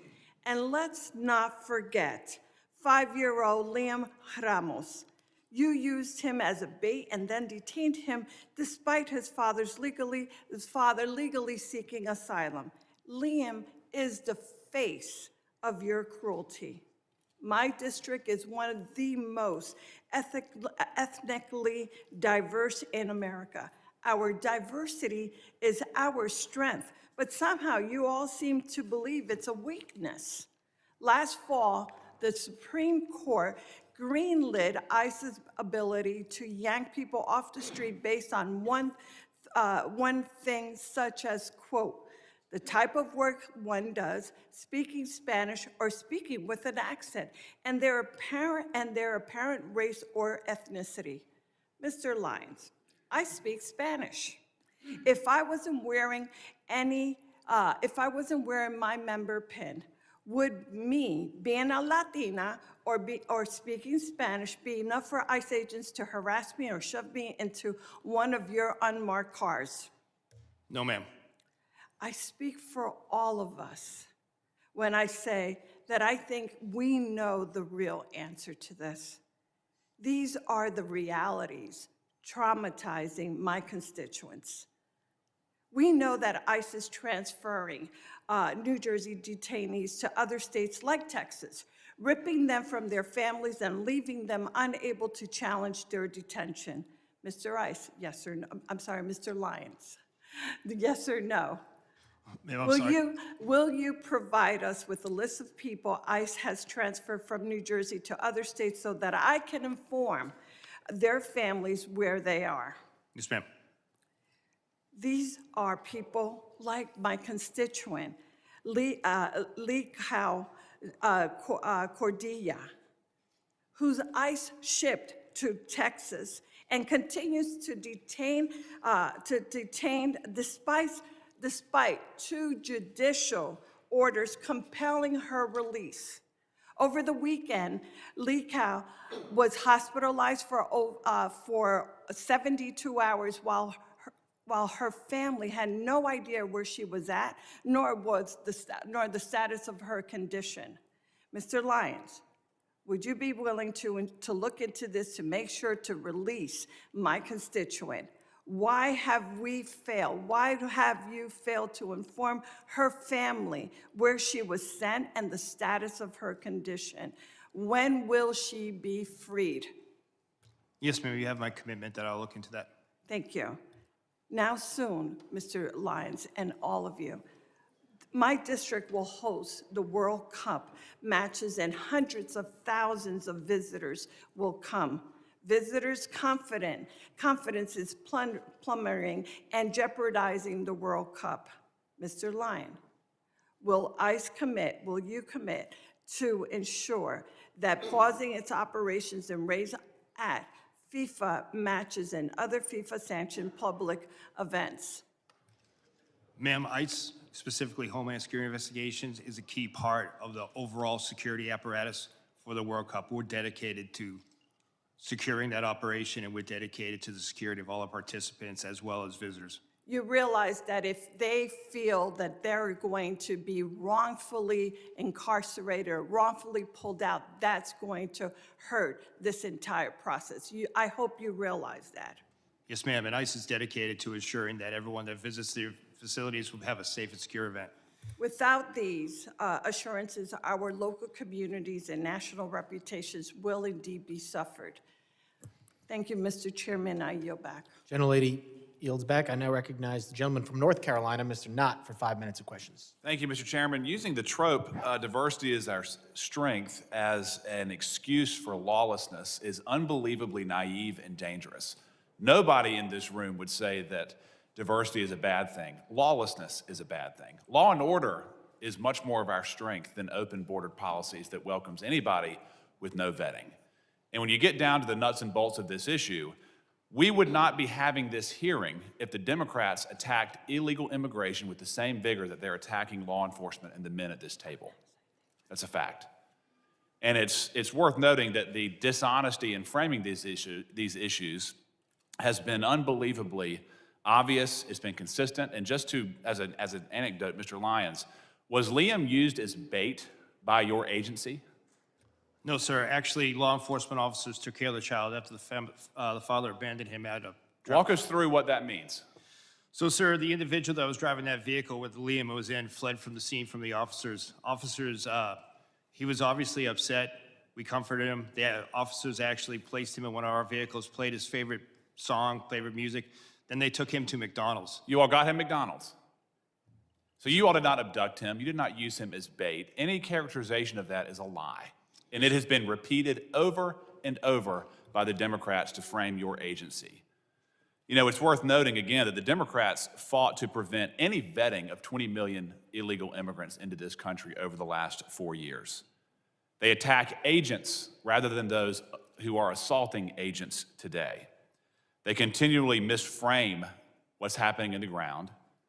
They continually malign the law enforcement officers who are providing legal structure to otherwise lawless landscapes in this country. And it's worth noting that there have been roughly 2 million people in the country who have been removed in the last year, some voluntarily, and then some by forced deportations. We've heard roughly about 25 cases of alleged abuse. Some of them, as I just pointed out, are dishonestly framed. But let's do a favor to the Democratic side. Let's increase that number by 1,000 times. 25,000 cases of alleged abuse or improper protocols. We are still operating at roughly 99% proficiency. Given the scale of the problem, the scale of the solution that you all are operating under, your agents are doing a remarkable job, and I thank you. But one issue that I want to talk about is this idea of sanctuary policies. Sanctuary policies is not just a passive relinquishing effort. It's an active obstruction. Isn't that true, Mr. Lyons? Yes, sir. And what I mean by that is, when I say it's an active, to be specific, there are sanctuary states and cities that will release violent criminals rather than handing them over to pursuing federal law enforcement. Isn't that correct? That is correct, sir. I left the hearing a few moments ago just to find a quick example. Here's one right behind me. Just 30 hours ago, an illegal alien arrested for stabbing an American in the back. He was charged with attempted murder. He pled to a lesser offense. The feds wanted him, sought a detainer, and then rather than hold him for your agent's pickup, he was released back into the streets of Maryland. That is not an unusual action from local hostile law enforcement, is it, Mr. Lyons? No, sir, that's what we face every day. So we've heard the Democrats complain that we're not getting the worst of the worst, but their sanctuary jurisdictions that control roughly 40% of this country's population will actively release sex predators, drug dealers, violent offenders, rather than hand them over to you for deportation. And these are people who are already in custody. Am I correct, Mr. Lyons? Yes, sir. The individuals were already deemed a public safety threat by local or state law enforcement. And then when they get a federal detainer, they will release them on the street rather than turn them over for deportation. Yes, sir. It's disgusting. Mr. Scott, I want to talk to you briefly. I'm running out of time. How many cities does your agency operate in? We operate nationwide. Why is it that there is so much tension in Minneapolis, St. Paul right now? Because paid agitators are actively trying to stop law enforcement action. Without that, you wouldn't even have any idea most of these arrests were taking place. In many parts of the country, local law enforcement assists your efforts to bring legal structure to these lawless areas. Isn't that correct? That's correct. And when order is maintained, you can do your job peacefully, correct? Correct. And all we've ever asked is for law enforcement to do their job, not necessarily. In Minneapolis, St. Paul, local law enforcement in some cases have been prohibited from maintaining order so you can do your job. Isn't that correct? Correct. Gentleman's time is I yield back. expired. Thank you. I now recognize a gentleman from Virginia, Mr. Walkinshaw, for 5 minutes. Thank you, Mr. Chairman. Director Lyons, your opening statement referenced the importance of protecting children, and I'm glad to hear your commitment to that. I want to focus on one of President Trump's mass deportation policies that the experts say harms children: child detention. In this administration, under your watch, ICE has booked nearly 4,000 children. And 1,000 of them have been held longer than the court-ordered 20-day limit. Recently, ProPublica obtained handwritten letters and drawings from children detained by ICE. These are letters from children describing what it feels like and what it does to them when the government locks them up. This is Ariana. She's 14 years old, detained for 45 days. Since I got to this center, all I feel is sadness and mostly depression. This is Mia, 7 years old. I don't want to be in this place. I want to go to my school. This is Scarlett, 17 years old. I feel very bored and overwhelmed because I am locked up. This is Gabby, 14 years old. I feel so much sadness and depression of not being able to leave. This is Maria, 9 years old. Me and Dilly am not happy. Please get me out of here. This is a 12-year-old going to the doctor, and the only thing they tell me is drink more water. The water here is what makes people sick. And this one got me, Mr. Lyons, because this is a 5-year-old, Luis Annie. My son's 5. He can't write many words, but he can communicate through drawings like this. This is a picture of Luis Annie's family. And you might be able to see that none of the faces are smiling. Child detention is not required by law. You know that. It's not the only option available, and it's not effective. We know that community-based alternatives can ensure compliance with proceedings without traumatizing these children.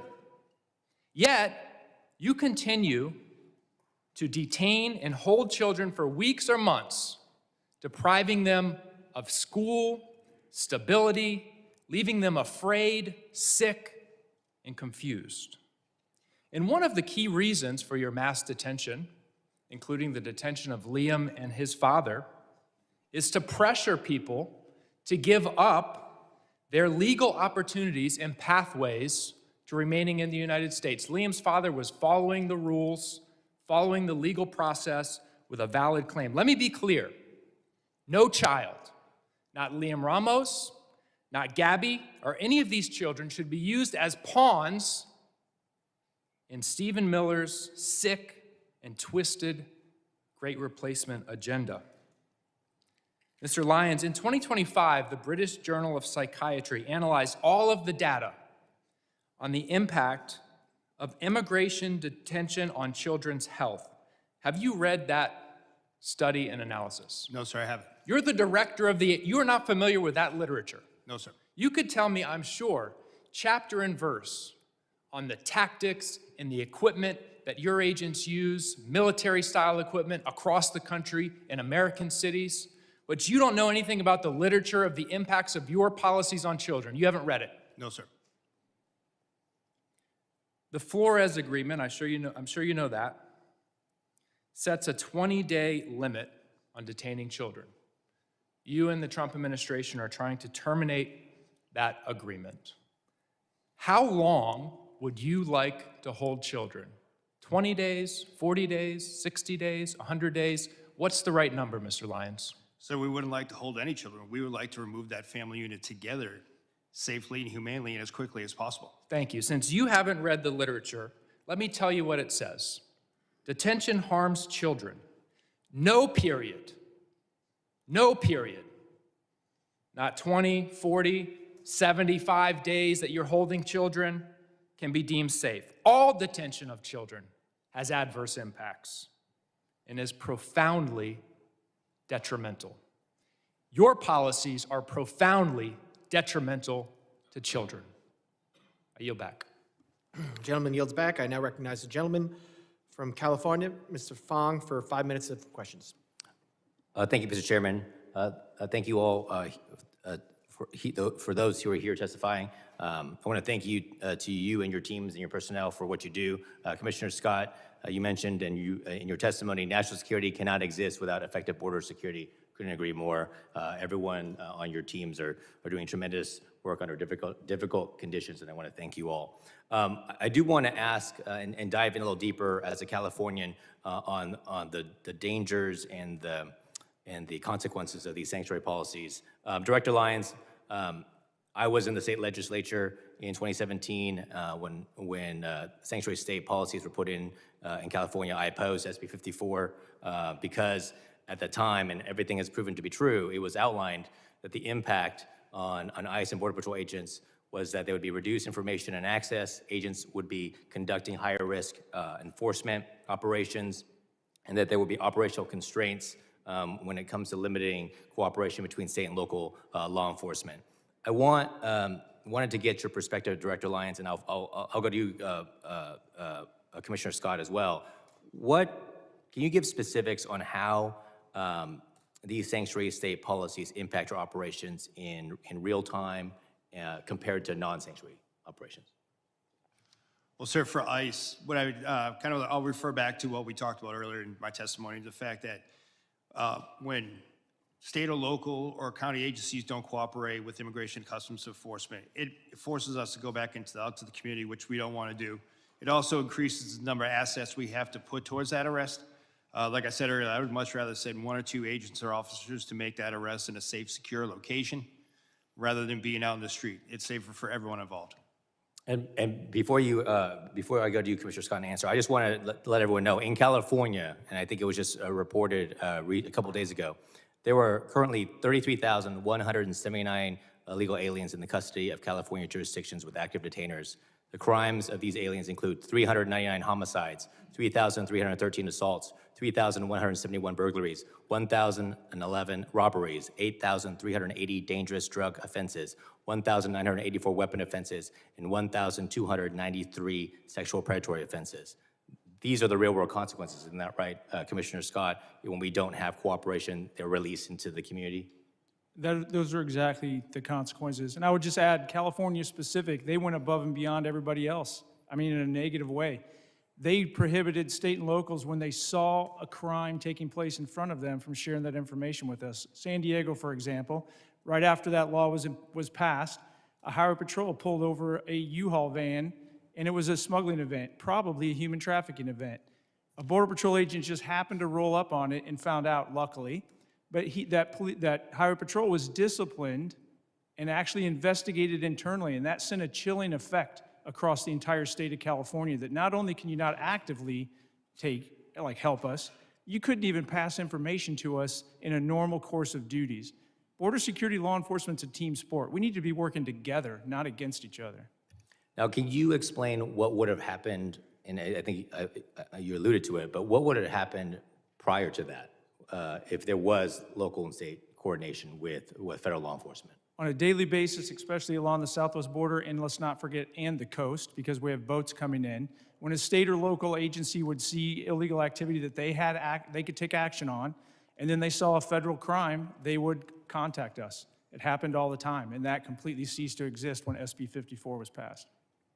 And these crimes, of course, as you mentioned before, if you go into specifics, I mean, this is trafficking, both humans and drugs. This is rape, assaults. I mean, anything, you're telling me that if any of those crimes occurred, if right now in California, if someone witnessed it, if a state law enforcement or local law enforcement witnessed these crimes being committed, they could not notify you? They have some felony exceptions, but in most cases, you don't know until you start asking questions if it's just a smuggling event or a human trafficking event. Until you actually pop the trunk of the vehicle or the back of the car, you don't know what commodity is back there, if it's people or something else. It put a chilling effect beyond the actual written language on any kind of cooperation in the state. Well, I want to thank you for that. Yes, there were some exceptions when it comes to felonies, but someone who lives in California and was there for the discussion and debate, everything we warned about when it came to sanctuary state policies and the consequences to our community and the consequences to public safety, they have come true. And that is sad and unfortunate, and we need to undo those policies. So I want to thank you all for your leadership and testimony and your work. Thank you, and Mr. Chairman, now you back. Gentleman yields back. I now recognize the gentleman from Louisiana, Mr. Carter, for 5 minutes questions. Mr. Chairman, thank you very much. And to our witnesses, thank you for being here. What we've heard today and seen play out in the streets of this nation for the past year, straight out of the Trump administration's fascist playbook. Cheat, murder, lie about it, practice the art of mass distraction. The American people are not happy about this. This administration's officials are sitting before us. 2 people are dead. I understand that there's an investigation and you cannot go into the details about that. But there certainly appears to be no shame on the part of these officials who've undoubtedly watched some of your officers conduct themselves in ways that I know you don't condone. Not as law-abiding people, right? So I got to give you the benefit of the doubt. And I can't understand why you show no shame, no contrition, no remorse for the human lives that have been lost, or for the trampling of the Constitution and the tearing apart of the moral fiber of our nation. They think, apparently, you think, apparently, you've been coached, apparently, you've been called out of the room with a forced break to be told to be more aggressive, to push back against questions. The American people saw that happen. The American people watched as you all looked at each other. Oh, I didn't ask for a break. And clearly you were called in the back to be coached. A halftime locker room pep talk. This isn't a game. These are people's lives. We should all be, you should be, your officers should be held accountable that no one is above the law. No one can evade the Constitution. No person can evade what is right, even though you think that Donald Trump will protect you, and maybe he will for now. But there will be a time that you have to answer these questions. And while you have worked on many administrations, and it's been asked, you worked on different administrations, what's different? I'll tell you what's different. The approach of how you conduct it, your search and seizure. The reason there were so many others and they were not riots was because people were not being trampled. You had trained officers who knew the art of de-escalation. They understood the rule of law. They understood the Constitution. Yet now we continue to hear lies. Last year, I took members of Congress on an oversight visit to ICE facility. We were told certain things that turned out to be patent lies. They told us things that we witnessed within moments of being there to not be true, yet we continue to hear you and some of my colleagues suggest, don't believe your eyes, don't believe your ears, just trust us. Well, the American people can see. And this notion that Democrats don't want enforcement, those are talking points that are wrong. We want rapists and murderers off the street. We want the bad, the worst of the worst, to be arrested and to be deported if they aren't supposed to be here. What we don't want is citizens running down the street being chased by ICE agents, people being shot on the streets by rogue officers who are in fact American citizens. What we don't want is to see people like Ms. Good or Mr. Preti simply doing what we often say, if you see something, say something. We don't want to see people dying on the streets. So let me ask you a quick question. Mr. Lyons, has ICE ever detained an American citizen such as they are not free to leave, whether it is on the sidewalk, the street, or thrown into the back of an ICE vehicle because they looked or sounded a certain way, even though they said they were American citizens? Yes or no, quickly, I only get 38 seconds. No, sir. That's never happened before. That we've arrested one? No, sir. We've detained individuals to verify identity, but we haven't arrested or deported. No, sir. Detain, arrest, check it out. It's Yes, sir. the same thing, right? All right. What does an undocumented person look like or sound like? Does it look like Mr. Garbarino? Does it look like me? Could look like anyone, sir. Okay, well, how are you training your people? Because you've said and others have said, if they sound a certain way, they look a certain way, we're going to stop them. That was quoted by your people. What do you say to that?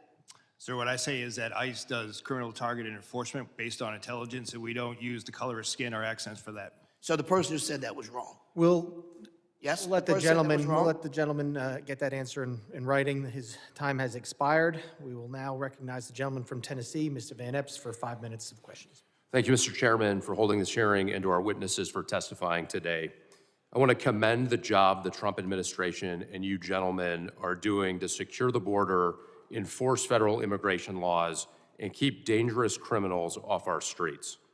Under President Biden, we saw unprecedented levels of illegal immigration, and many of those who came across the border were connected to transnational criminal organizations and have continued to commit crimes while in the United States. Despite doing everything they could to secure our borders, our brave CBP officers and Border Patrol agents were undermined at every turn by the Biden-Harris administration. Yet under President Trump, CBP, Border Patrol, and ICE have been empowered to do their job and fulfill their mission. As a representative from Tennessee, I can't help but compare operations in Minneapolis to those in Memphis. Federal law enforcement operations in Memphis have been successful by every standard and metric, with Memphis State Task Force arresting over 6,000 people. And while immigration enforcement isn't a stated goal of this task force, there is no question that it is also taking place. The successful operations are due in large part to the outstanding leadership of Governor Lee, who has worked closely with federal partners. Over the last year, the Trump administration has arrested numerous gang members, pedophiles, and drug traffickers in Memphis, with little fanfare or interference from activists. As a result of this cooperation, murders in Memphis are down by 47% since President Trump took office, and overall violent crime is down by 30%. In May of last year, ICE enforcement and removal operations worked with Tennessee Highway Patrol and DHS components to successfully arrest 196 criminal illegal aliens across the greater Nashville area. I am grateful for the role the members of the Tennessee Highway Patrol played in that operation, and their cooperation has made my district significantly safer. Since then, over 56 partnering agencies are working together alongside ICE to keep Tennesseans safe. ICE has carefully highlighted the worst of the worst criminal aliens it has arrested. Today, I will be entering into the record nearly 120 illegal aliens that have been arrested in Nashville, with rap sheets ranging from identity theft to drug smuggling, larceny to arson, and robbery to rape. Federal agents are executing their mission to defend American citizens and protect our communities. The major challenge we've seen in Minneapolis and similar cities are directly caused by sanctuary city policies and the refusal of local leaders to enforce the law, preventing local law enforcement from working with ICE. This leaves ICE and others unsupported, having to manage protesters and domestic friction in addition to their actual mission of enforcing immigration law. Local law enforcement is crucial to facilitate the mission. Director Lyons, contrast ICE's experience in Minneapolis with other cities around the country, including Memphis and others, that have agreements to work with ICE. What can successful partnerships with local law enforcement and other partners look like? Sir, thank you. I would say that Memphis is a prime example, and I have to give credit to the U.S. Marshal Service that's leading that operation. Homeland Security investigation agents are out there every day with the men and women of Tennessee Highway Patrol, the Memphis Police Department, and the reduction in crime has been significant. But if you look across the country, almost at every state, we do have cooperative jurisdictions. If you look at Texas, we have outstanding cooperation. You don't see any riots or anything like that. You see side-by-side law enforcement working together as it would be. If you look at the state of Florida, state of Oklahoma, state of Louisiana, all across the nation, we do have that. And what it is public safety. Thank you. Next, I want to commend the Trump administration for locking down our southern border. A year ago, it was a highway for illegal aliens and illicit materials. Today, it is secure and closed. Commissioner Scott, as Congress and the Trump administration enabled DHS to secure the southern border, how are cartels and other criminal organizations adapting to effective border enforcement? They're going to continue to push back. I think some of it is in these protests, because if we can shut down interior enforcement, that allows them to basically market their goods, if you will, to smuggle people in. And they need those people to be distractions, because without it, they have to start digging $1 million tunnels. Without it, they have to spend a bunch of money on drones, which we're countering. But without it, they have to go out into the ocean where they stick out like a sore thumb, and we're increasing our radars on the West Coast and increasing our air coverage. Basically, it affects their bottom line, and it makes it harder and harder for them to bring their poison and anybody that wants to threaten this country that's willing to pay them here. Thank you. Mr. Chairman, I move to submit for the record a list of DHS worst of the worst in Tennessee, 3 quotes from Tennessee's 7 sheriffs supporting ICE, and 5 news articles germane to the hearing in Tennessee. Mr. I yield back. Without objection. Gentleman yields back. I now recognize the gentleman from Texas, Mr. Green, for 5 minutes of questions. Thank you, Mr. Sorry, Mr. Chairman. Can you hear me now? Is it? The microphone right there. Well, will you give me a moment to get a bit closer, please?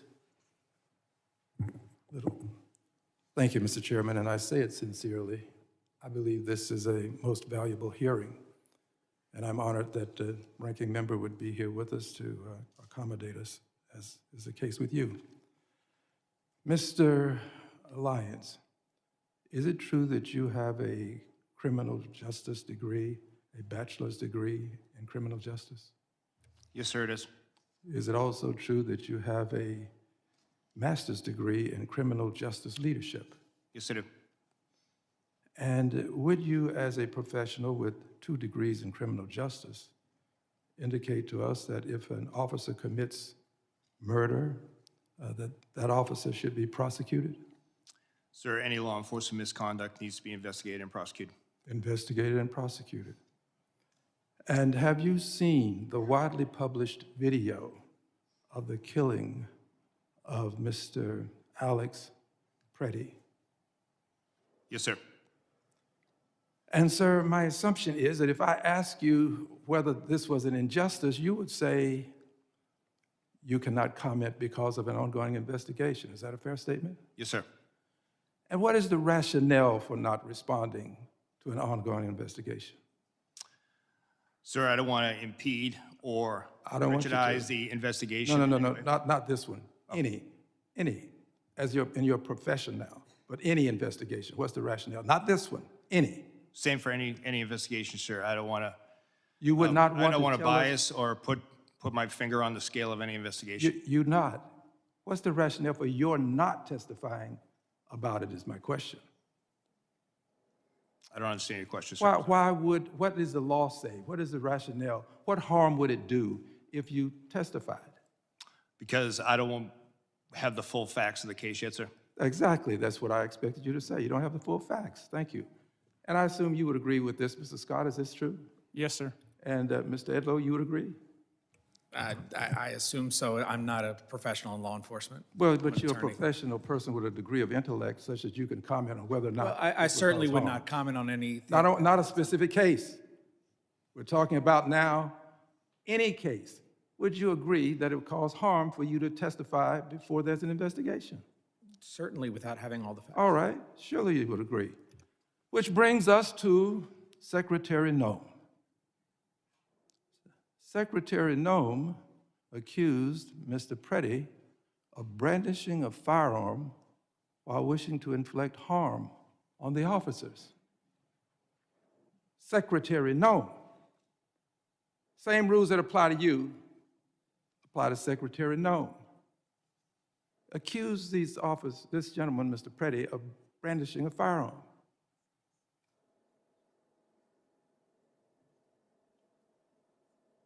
Secretary Noem doing this when she did without an investigation. We have to agree that there's not been an investigation. I don't think I have to ask you that. Not a complete investigation that we know of anyway. She did it right afterwards.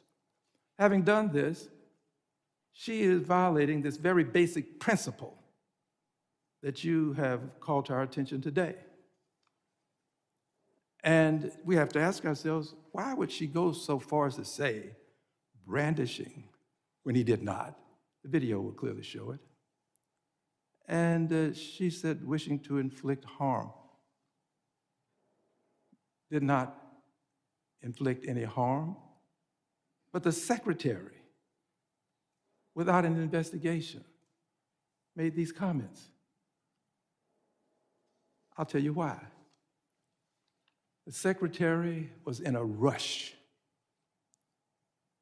to cover up, to make sure that she was protecting the officers without regard for the life that was lost. And in doing this, she was violating not only this basic moral concept, she was breaking the law. The secretary should be investigated right along with those officers who are out there engaged in this ungodly conduct. She should be investigated.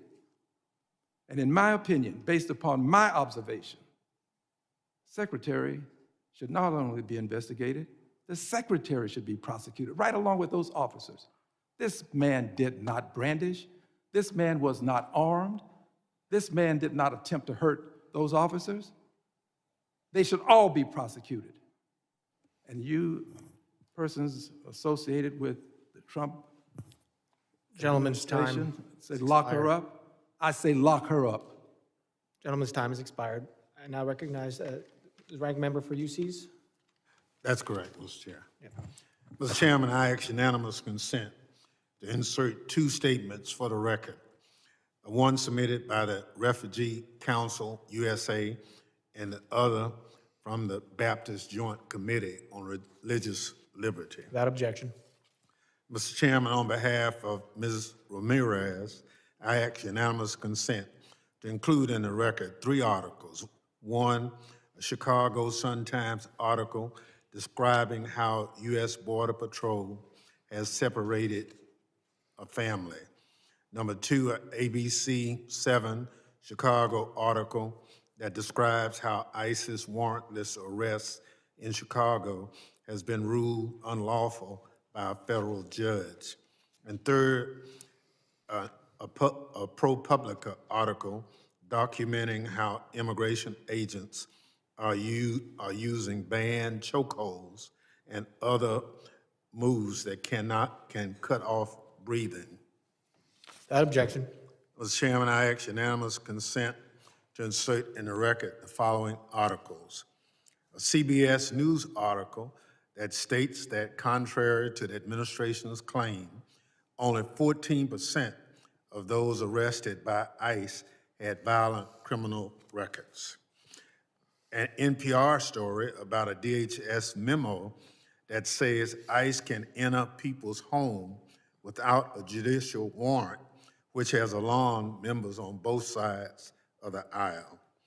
An article from the Marshall Project that alleges that there are thousands of kids in detention, many for longer than the court-prescribed limit.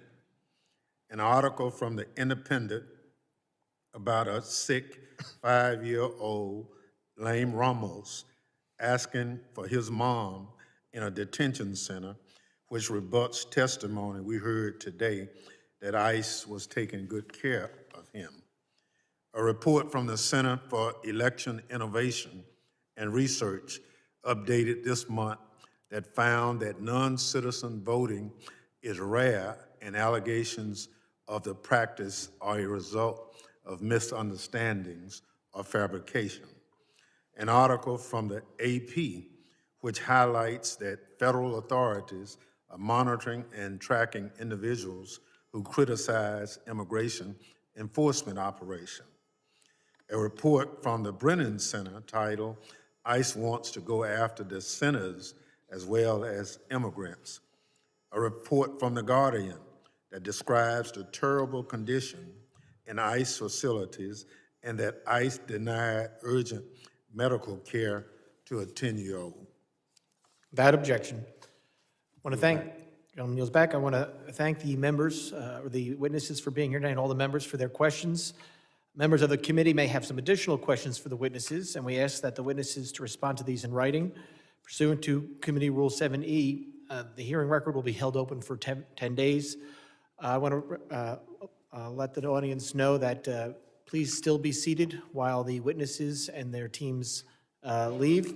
Without objection, this committee stands adjourned.